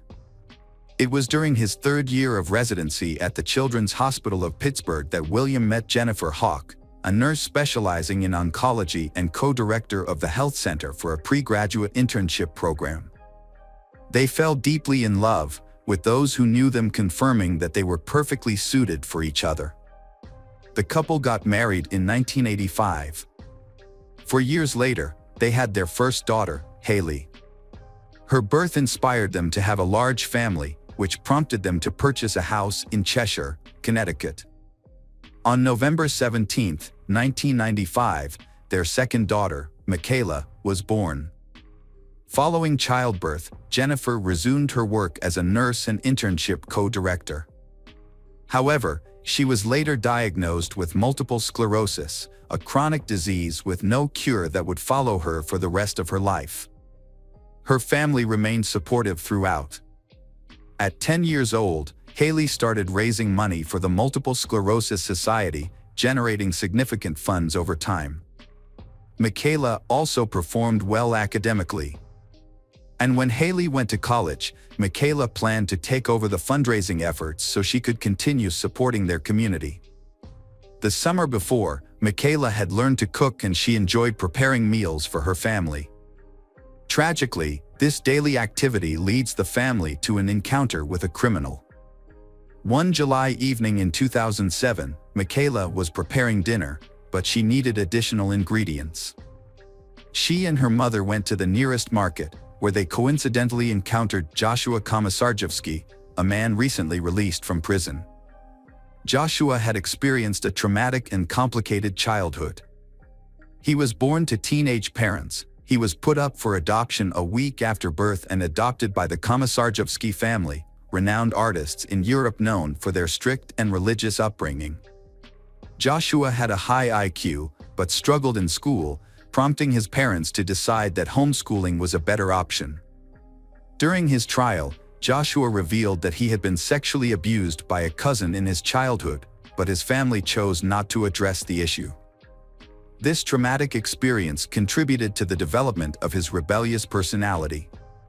At the age of 14, Joshua was accused of abusing his sister. Around the same time, he committed his first burglary. In 2002, he was arrested for 18 charges of burglary and resulting in a 9-year prison sentence. During the trial, he gave a chilling confession, revealing that he enjoyed invading other people's private space, enjoyed the feeling of being close to them while they slept, and found particular satisfaction in making others feel insecure.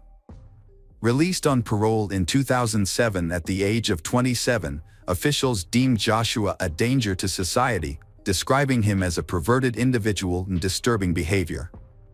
Despite these warnings, the jury declared him fit for release.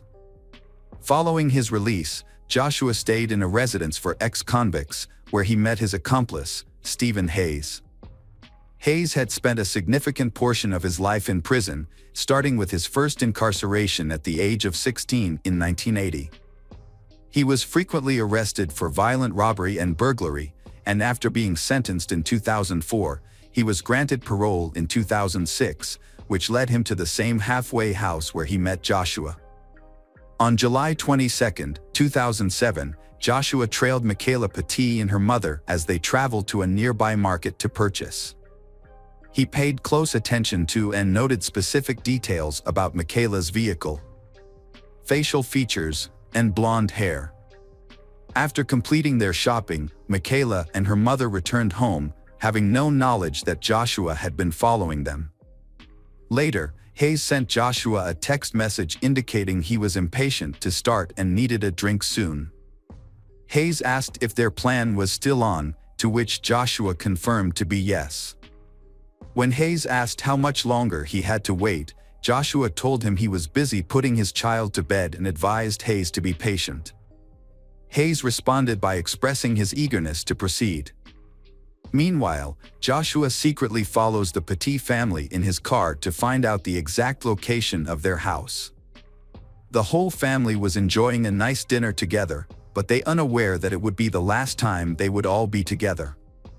Later that night, while everyone was asleep except for William Petit, who had dozed off in the living room, their peace was disrupted by strange noises inside the house. William remembered feeling groggy, in pain, and unable to think clearly. Joshua and Hayes had entered the house through an unlocked door, initially planning to rob the family. However, upon finding a baseball bat, they used it to brutally beat William, who remained conscious despite the assault. One of the intruders threatened to shoot him if he moved. William was then restrained with ropes, tied to a pole in the basement. Joshua and Haley proceeded upstairs to Haley's room, where they found her sleeping. They tied Haley and Michaela to their bedposts, covering their heads with pillowcases. Meanwhile, in the master bedroom, Jennifer Petit had fallen asleep, but was soon woken up by Joshua and Hayes. They controlled Jennifer by tying her hands and feet, feeling that they now had control of the house. Joshua and Hayes then took their time to thoroughly inspect the house, and even stopped to smoke cigarettes in the living room. After collecting valuables such as jewelry, cash, Joshua and Hayes decided it was time to leave.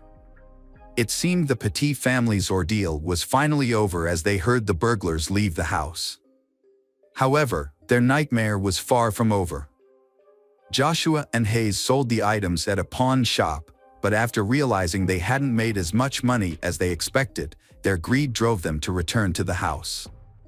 When they returned to the Petit house, they discovered a check register with $40,000 and decided to steal a total of $155,000. Once back, they informed Jennifer of their plan, threatening to kill her entire family if she didn't comply. Desperate and prioritizing her daughter's safety, Jennifer reluctantly agreed to accompany Hayes to the bank the next morning. Meanwhile, Joshua took advantage of Jennifer's absence to enter Michaela's room. He untied Michaela, undressed her, and took photos with his cell phone. He assaulted her, recording the act. Afterward, Joshua took her to the bathroom to clean her, aiming to eliminate any DNA evidence, he ordered her to put her pajamas back on and tied her up again. The evidence that Joshua raped Michaela was found during her autopsy. State Medical Examiner Dr. Wayne Carver discovered Joshua's DNA in Michaela's body. At the bank, everything initially seemed to go smoothly. However, Hayes failed to notice Jennifer's actions while she was in line. Before approaching the teller, Jennifer wrote a note on a flyer asking for help. The note read that her name was Jennifer Petit, she needed to withdraw $115,000 from her savings account, and that her family was in danger, so Jennifer asked them to call the police, or her family would be killed. The teller gave Jennifer the money despite her lack of identification. With the cash, Jennifer left the bank and returned to the car with Hayes. The bank employee immediately called the police to report the incident. However, the manager told the 911 dispatcher that Jennifer had indicated the home invaders were being nice and only wanted money. Cheshire police received a report from the bank and they set up a vehicle perimeter around the area without alerting the suspect. From a distance, the police observed the situation without intervening. Meanwhile, back at the house, Joshua told his accomplice about his actions towards Michaela, implying that he could easily harm Jennifer as well. Hayes then grabbed Jennifer, pinned her to the ground, and started removing her clothes. William heard his wife being assaulted upstairs and managed to flee. One of the intruders responded, "Don't worry, it's all going to be over in a couple of minutes." William crawled to the basement stairs and eventually made it to the backyard. William thought the intruders would shoot them all soon, so he knew he had to act fast. Joshua checked on William but found he had escaped. According to Hayes' confession, Joshua told Hayes that William had gotten away while Hayes was raping Jennifer in the living room. Upon hearing this, Hayes strangled Jennifer to death while continuing to assault her. Shortly after, they heard William shouting for help. A neighbor, who initially didn't recognize William due to his injuries, immediately called 911. Realizing the police would arrive soon, Joshua and Hayes tried to eliminate evidence. Hayes and Joshua doused Jennifer's lifeless body, various parts of the house including Michaela and Haley's bedroom, and also Michaela and Haley themselves with gasoline. Hayes and Joshua started a fire at the scene, unaware that the police had blocked off the area just a few miles away. Within 5 minutes, they collided with a police vehicle and were surrounded by officers. The two perpetrators, Joshua and Hayes, who were later identified as ex-convicts, were pulled from their vehicle and arrested. Meanwhile, the fire at the house was spreading rapidly. An ambulance arrived and took William Petit, was seriously injured, to the nearest hospital. Firefighters soon followed and attempted to put out the blaze. Once the fire was extinguished, they discovered a horrific scene inside the house. The first body they found was Jennifer's, which was badly charred and had rope around her ankles. On the second floor, they found Michaela tied to her bed, her body completely consumed by the fire. In a desperate bid to escape, Haley had managed to break free restraints but collapsed just a few meters away due to smoke inhalation. William had also managed to free himself and crawled to a neighbor's yard for help, but the neighbor didn't initially recognize him due to the severity of his injuries. Both Joshua and Hayes admitted to the murders during questioning. Detectives noticed that Hayes smelled of gasoline throughout her interrogation. However, each attacker claimed the other was the main person responsible for planning the home invasion. Joshua also accused William of being responsible for the murders. In his diary, Joshua referred to William as a coward, stating that William had the opportunity to save his family but chose not to. The trial of Hayes started on September 13, 2010, with a jury of 12 people, consisting of 7 women and 5 men. The defense team argued that Joshua was the mastermind behind the crime and was responsible for making it more brutal. On the other hand, the prosecutors believed that both Hayes and Joshua were equally responsible. After about 5 hours of discussion, the jury found Hayes guilty on October 5th.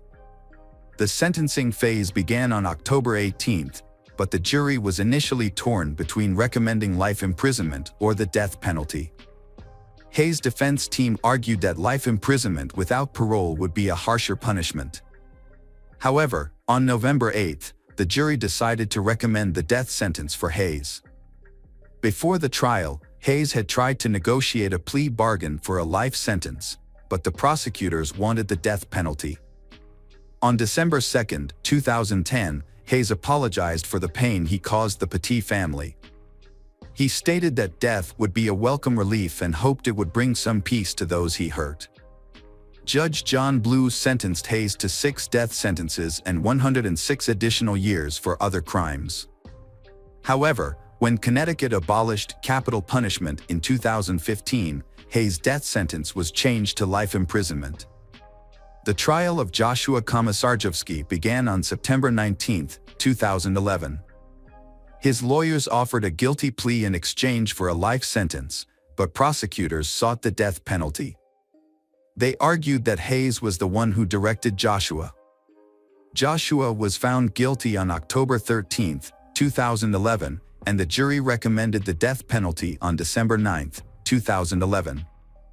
During Joshua's sentencing, he expressed remorse and shame for the crime, claiming he never intended to kill anyone. The judge set an execution date of July 20, 2012, holding Joshua accountable for his actions. However, in August 2015, his death sentence was commuted to life imprisonment after Connecticut abolished capital punishment. William Petit, the lone survivor of his family, was released from the hospital after 4 days. Upon his discharge, he immediately attended the funeral service for his wife and daughters.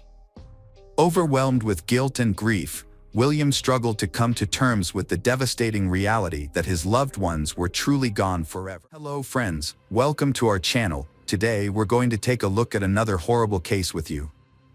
The case of Timothy Jones Jr. As a child, Timothy witnessed hardships in his family. His mother suffered from schizophrenia, and her mental health gradually declined.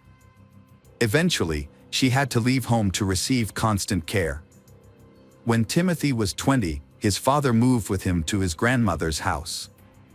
There, Timothy faced domestic violence, substance abuse, and alcohol abuse. Despite his difficult upbringing, Timothy showed an aptitude for mathematics and computer engineering. He could solve problems easily and take apart and reassemble computers to make them run faster. However, things changed when Timothy reached his teens. At age 10, he began hearing voices in his head. By middle school, he was using drugs and drinking excessively. At age 15, he suffered a traumatic brain injury in a car accident that affected the frontal lobe of his brain, the area that controls impulses and is associated with mental illness. After the accident, Timothy exhibited unusual behavior and was very irritable. He felt jealous of his father and believed that anyone who had a relationship with him was causing his father to neglect him. Over time, Timothy believed that his father did not love him and feared being abandoned. Although his intelligence developed, his emotional development was affected, causing him to have a childlike mentality and lack of empathy. After graduating from high school, Timothy Jones Jr. dreamed of joining the United States Navy. His intelligence helped him to study there, but he lacked athletic ability and discipline. He lasted only a few weeks of training and often cried out of frustration. He had difficulty keeping up with the rigorous requirements, which led to depression and a drug test that revealed substance abuse, resulting in his expulsion. In 2000, Timothy began associating with people involved in bad activities. Police found him in possession of illegal narcotics and writing checks in his father's name. The police forced Timothy's father to control his son or face arrest himself. In 2001, Timothy Jones Jr. was sent to a work camp in an Illinois state prison for a year. When he was released, he seemed to have changed, with religion becoming the main driving force in his life. Timothy met Amber while they were both working at an amusement park in Chicago. After a while, in 2004, he invited her to his church. Within weeks, they decided to marry, in keeping with the church's expectation of immediate marriage. Amber was 19 and Timothy was 22. However, Amber soon learned about the strictness of the church. Women were not allowed to cut their hair, wear pants, wear makeup, or wear jewelry. Additionally, Timothy believed that women should submit to their husbands and bear children. Timothy was very religious and devoted to the church. Although many advised him not to take the Bible literally, he persisted. They soon had 3 children, Mara, Elias, and Natan, each born a year apart. As their family grew, they moved to Mississippi. There, Timothy graduated with highest honors from State University, earning a degree in computer science and engineering. Timothy Jones Jr. was building a family while working multiple jobs, and his family was extremely proud of him. With a promising future, Tim was truly a talented man, and everything seemed to be going well for him. He had secured a job at Intel as a computer chip manufacturer, which his wife, Amber, saw as an opportunity for a better life. After living in student housing in Mississippi, they dreamed of a larger home to raise their 3 children and even considered hiring a nanny. However, things did not go as planned. Timothy bought an old mobile home on a dirt road in Red Bank because he dreamed of living on a farm. He purchased animals to raise, and Amber stayed home to care for them. By 2012, they had 2 more children, and problems began to arise. Timothy wanted Amber to homeschool the children, even though she only had a high school education. Amber felt lonely and isolated, with no family nearby and Timothy's family far away. She felt inferior to her intelligent and educated husband. The tension in Timothy and Amber's marriage increased when Timothy accused Amber of having an affair with a neighbor. Their marriage began to fall apart, and they started to consider divorce. Timothy did not want Amber involved in the children's lives, so he sought the help of a therapist and asked his divorce attorney to declare that he was capable of raising the children alone. Amber, without a lawyer and unsure of what to do, decided that it was best for the children to stay with their father. She felt she had nothing to provide for the children, as she had no job or education. Ultimately, the court decided that Timothy would have primary custody as the sole financial provider, and Amber would be granted regular visitation rights. After leaving her husband and children, Amber faced many difficulties. Meanwhile, Timothy began to lose control and suffer from his failed marriage. He started using drugs and alcohol again and struggled with the voices in his head. He became easily angered over small things. Amber recounted that Timothy once beat her in front of the children until she passed out. Unable to manage work and family, Timothy hired a nanny service to care for the children. The first 2 nannies found Timothy's house very clean and noted that he was dedicated and attentive to the children, but their attitudes changed when they learned about Timothy's condition. On the 3rd occasion, Timothy hired Crystal, a 17-year-old nanny who had a young daughter. Timothy gradually developed feelings for Crystal, and she soon became his lover. Timothy began to pressure Crystal to follow his religious customs, including wearing long dresses, growing her hair long, and being submissive to him. However, when Crystal refused, their relationship deteriorated. Crystal later spoke of how Timothy was too harsh with his children.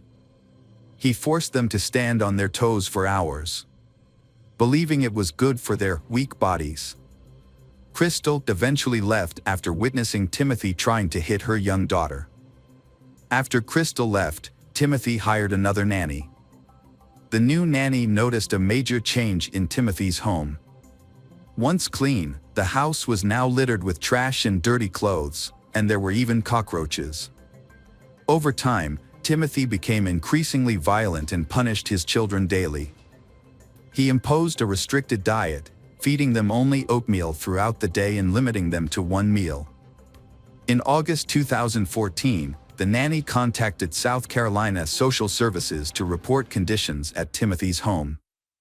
She described the lack of food and physical abuse the children were subjected to. In fact, the violence was so severe that teachers had reported it to the agency months earlier. The agency had previously required Timothy to sign a non-abuse pledge, but the children came to school with bruises and provided evidence linking them to the violence. On the afternoon of August 28, 2014, Timothy picked up the children. At the time, he was very angry about an electrical problem in the house. Timothy took his anger out on his 6-year-old son, Nathan, and repeatedly made Nathan bend down to pick up sand as punishment. Every time Nathan slowed down, Timothy hit him with a belt. While Nathan was being punished, Amber, Timothy's ex-wife, called to talk to the children. She made several calls until Timothy answered at 7:10. During the conversation, Nathan told his mother about the punishment for breaking the outlet, claiming it was an accident. Timothy angrily hung up, telling Amber to stop defending him. After hours of torture, Nathan was exhausted, dehydrated, and begged for it to stop. He passed out, ending it all. Timothy took Nathan to bed and left him without giving him water or help. Call records show that Amber called 8 more times after that. Around 1 a.m., Timothy took his 8-year-old daughter, Mara, to a convenience store to buy 10 packs of cigarettes. When he got home, he strangled Mara. Timothy then went to his 7-year-old son, Elias, and did the same thing. He then unbuckled his belt and strangled Gabriel, 2, and Elaine, 1, until they stopped breathing. When the children did not move, he took a blanket, wrapped each one in it, and placed them in the back seat of the car and drove away. The disappearance of Timothy and his children was reported to the police. The police searched everywhere for Timothy.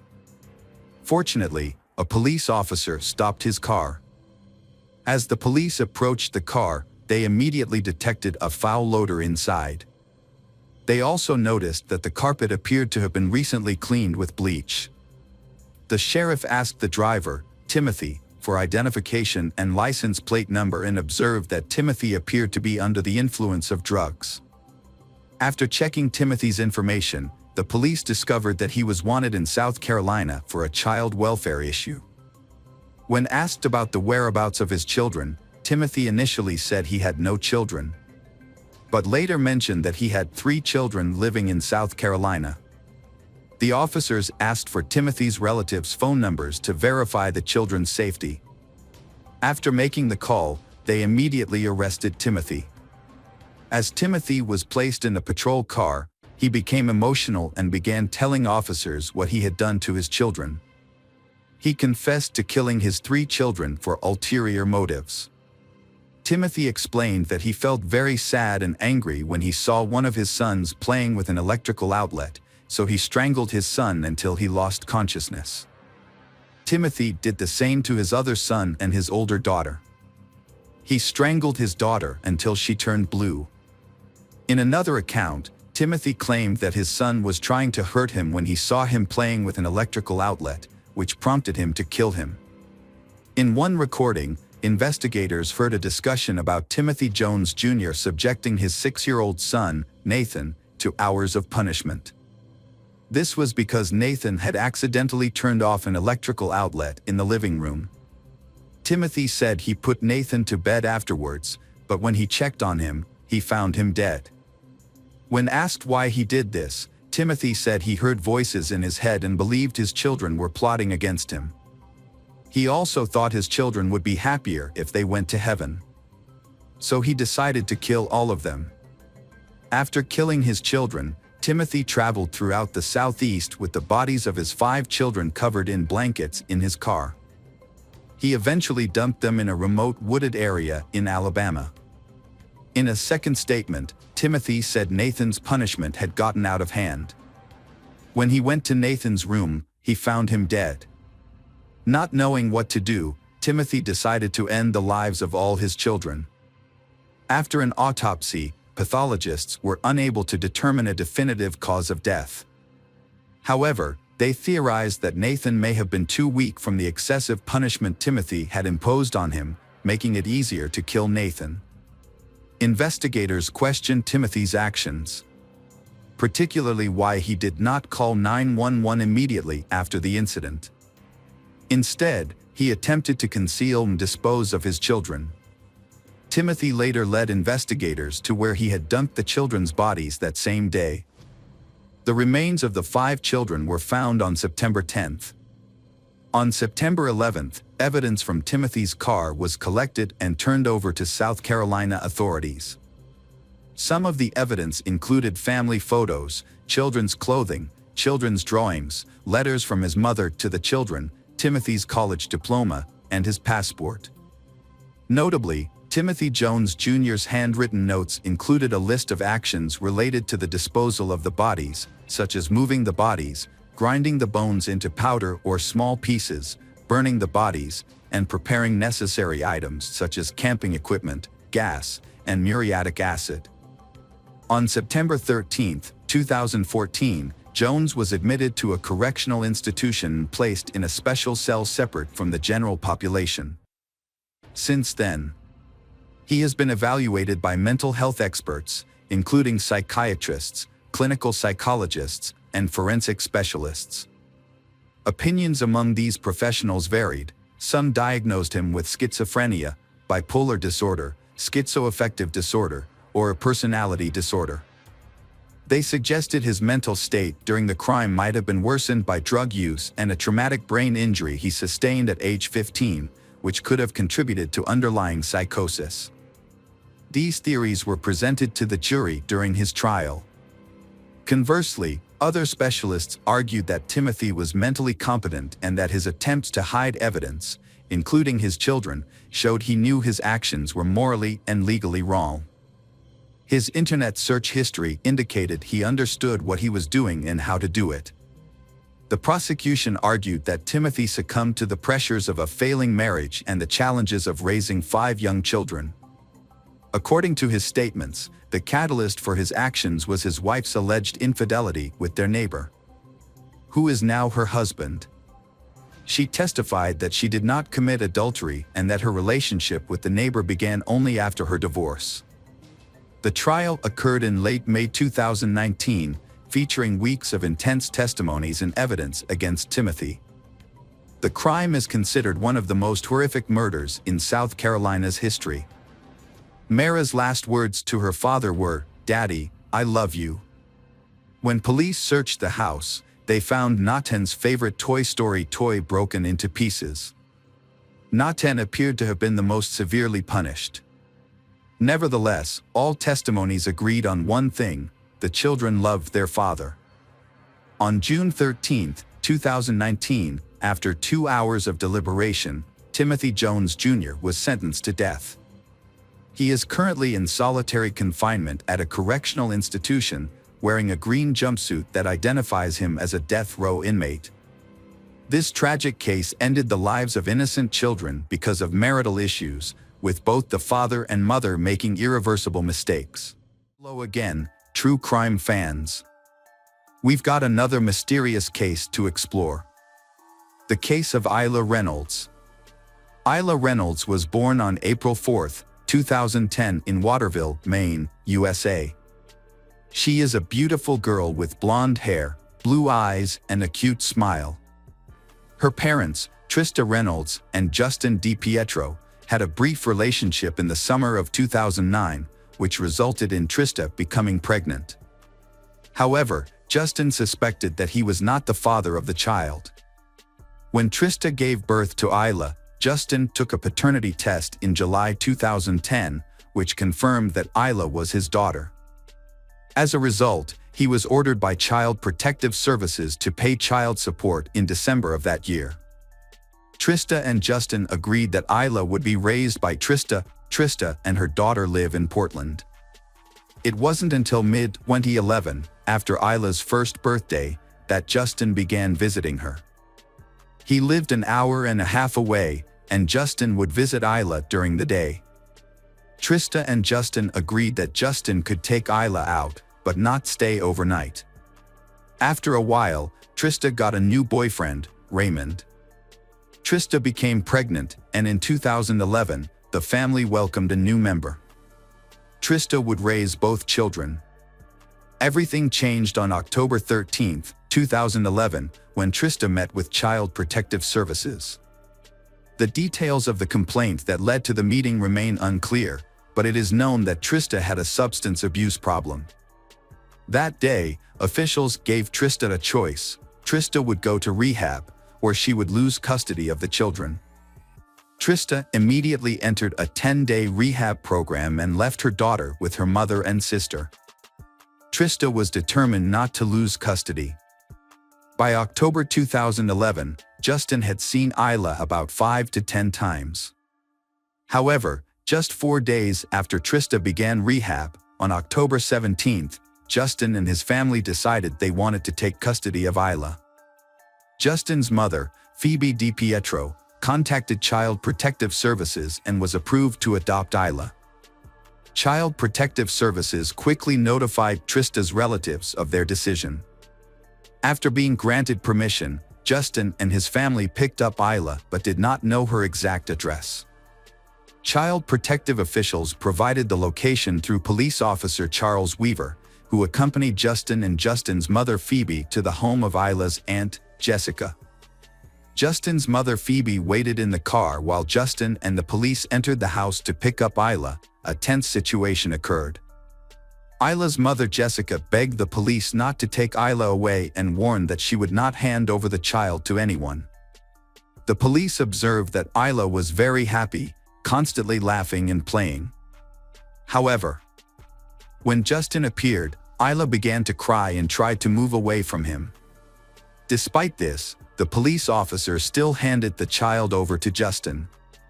When Isla was handed over to Justin, she struggled and screamed. She even tried to bite the officer. Child Protective Services supervisor Charles was told by the officer that Isla hated her father and that they could not give the child to Justin. But Charles said that it was not his decision. He was just there to carry out Child Services orders. For Justin to have formal custody of Isla, he would have to get the consent of Isla's mother, Trista, or go through a court process to have the child approved by a judge. In this case, there was no agreement or court process. Instead, the Child Protective Services supervisor's decision to place the child was valid. Child Protective Services supervisor Charles gave custody of Isla to Justin. He then took Isla to the house in Waterville where he lived with his 47-year-old mother, Phoebe, his 24-year-old sister, Alicia, and Elisha's daughter, Gabriella. Justin, 25, lived in a large room in the partially finished basement, while the rest of the family lived upstairs. During this time, Trista called Justin every day to talk to Isla. On October 20, 2011, while Trista was in treatment, a meeting was held to discuss Isla's case. Attendees included Child Protective Services, 2 doctors, Trista and her sister Jessica, and their attorneys. Justin also attended the meeting by phone. The meeting resulted in an agreement that Isla would be returned to her mother on October 22, 2011, immediately after Trista completed her drug treatment program. In addition, Justin agreed to take Isla to the treatment center on the 21st to visit her mother. Initially, things went well for Trista. However, the decision was reversed. In her desperation to get her daughter back, Trista called Child Protective Services several times to ask them to help enforce the agreement. Unable to reach them, Trista attempted to negotiate with Justin to reach a temporary agreement. Under the agreement, Justin would continue to care for Isla and Trista would be allowed regular visits. On November 12, 2011, Justin took Isla to the emergency room. After a doctor examined her, they determined that Isla had a fractured elbow. According to Justin, the accident occurred the night before, November 11th. It was raining at the time and Justin believed that he had slipped and fallen on her while holding her on the porch. Initially, Justin thought that she was not seriously injured because although she was crying, she seemed fine. However, it was not until the next morning that Justin noticed that Isla had injured her hand, so he took her to the hospital. By the following Monday, the orthopedist concluded that surgery was not necessary and that Isla's injury would heal on its own. A week later, on November 26, during Isla's third visit, the specialist said that Isla's condition was improving and that she was slowly recovering. Trista was at the hospital to monitor her daughter's health. Never thought that this would be the last time Trista would hold her daughter in her arms. From that moment on, things went from bad to worse.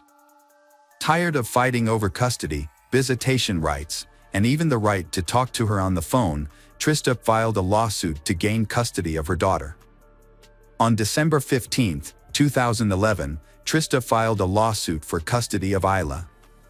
Custody of Isla was awarded to her just 2 days later on Saturday, December 17.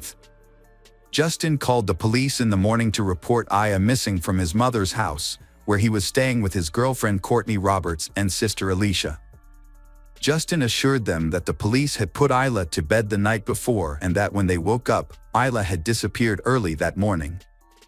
Trista travels to a coastal town in Maine to visit her boyfriend Raymond.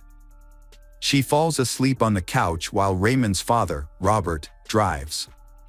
When Robert received a call from Trista's father informing him that Isla was missing, Robert was shocked and found a suitable place to stop the car and wake Trista. Trista was still sleepy, but when she heard her father's voice herself, she began to understand that she had no idea where her daughter was.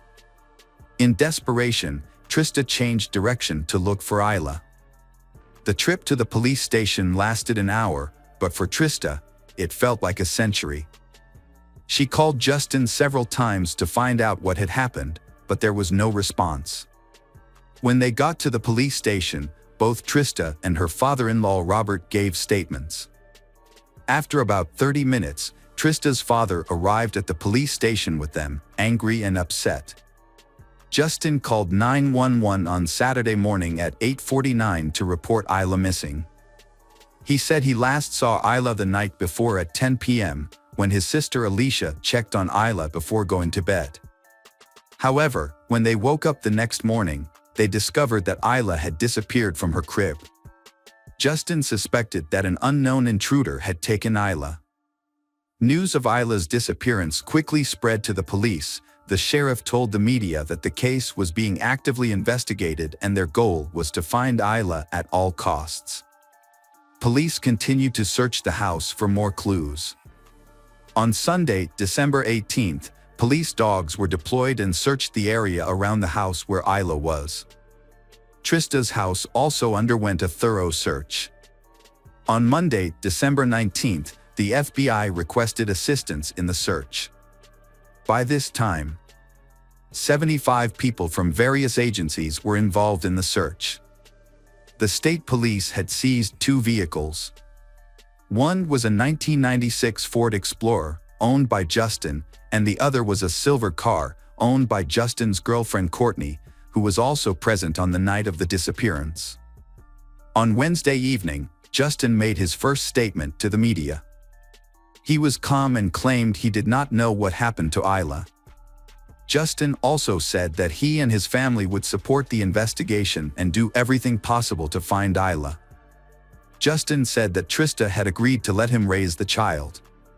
Justin also said that Trista was incapable of caring for Isla. As of day 10, a $30,000 reward has been offered for anyone who can provide a lead to Isla's rescue, and 330 leads have been followed. The operation also involved about 50 volunteers from the Search and Rescue Association. The sheriff has transferred the investigation to the state police's Major Crimes Unit. At that time, an announcement was made that the case was no longer a search for a missing girl but was being treated as a criminal investigation. In the early days, Justin tried to avoid the media but later appeared more frequently. During an appearance on the Today's Show, Justin claimed that Isla had been kidnapped and wanted the kidnapper to return Isla. When asked about Justin's silence in the early days of Isla's disappearance, he justified himself by saying that he thought Isla would return. He also claimed that the police had advised him to stay away from the press. The police explained that this was only told to him at first. Later, the police encouraged Isla's parents to continue to appear in public. In late January, police revealed a major discovery. Isla's blood was found in multiple locations throughout Justin's home. In his 1996 Ford Explorer, they discovered a child seat in the back with Isla's blood on the left shoulder strap. In Isla's bedroom, police found blood on some of Isla's princess pink sneakers on the floor next to the crib, as well as on the doll's face and arms. This suggests that Isla may have tried to clean the blood from her mouth with her toy. Additionally, a blood stain was found on the living room sofa. Most of the blood stains were concentrated in the basement. A pool of Isla's blood stained the center of the mattress that Justin shared with Courtney. Justin's sneakers were also found with Isla's blood on them. Police also discovered blood splatters on the cement floor around the bed and on the walls. These splatters matched Isla's height. Additionally, experts determined that some of the blood splatters in the house were likely caused by Isla coughing, suggesting that Isla's injuries were both internal and external. This suggests that Isla may have been severely injured and may have been brutally attacked. Police said the bed sheet was used to clean Isla's blood. When they learned this information, Trista and her family were shocked and could not believe it. Police warned them that the evidence that was about to be revealed would be even more horrifying. Luminol tests were performed on the house, revealing blood stains that were not visible to the naked eye. Photos taken at the scene left Trista in great pain. After viewing these photos, she left the police station in a state of panic. The police said there were more photos to show her, but Trista refused to see them. She said she had enough. According to reports, when police showed Justin and his family the photos, he had no reaction. After learning of the police information, Trista shared with the press that despite her feelings of grief and helplessness, Isla's father, Justin, Alicia, and Courtney were still walking down the street as if nothing had happened. In September 2013, Trista wrote a bombshell letter to the press about the evidence and photos she had been given by the police. She was tired of waiting and wanted to rekindle public interest in Isla's case. In the spring of 2016, a group of journalists went to Justin's mother's house. Alicia opened the door and the journalists asked about the blood evidence. Justin's mother explained that Isla was lactose intolerant and had been vomiting. However, a quick internet search shows that common symptoms of lactose intolerance are gas, bloating, abdominal pain, and diarrhea, while nausea and vomiting are listed, but they are not the most common symptoms, let alone vomiting blood. Then, in 2017, at Trista's request, a judge officially declared Isla dead. Based on her father, Justin, reporting that Isla had gone missing on December 17, 2011, Trista and her attorney then filed a wrongful death lawsuit against Justin. By that time, Justin had disappeared, and he and his attorneys denied any wrongdoing, arguing that there was no concrete evidence.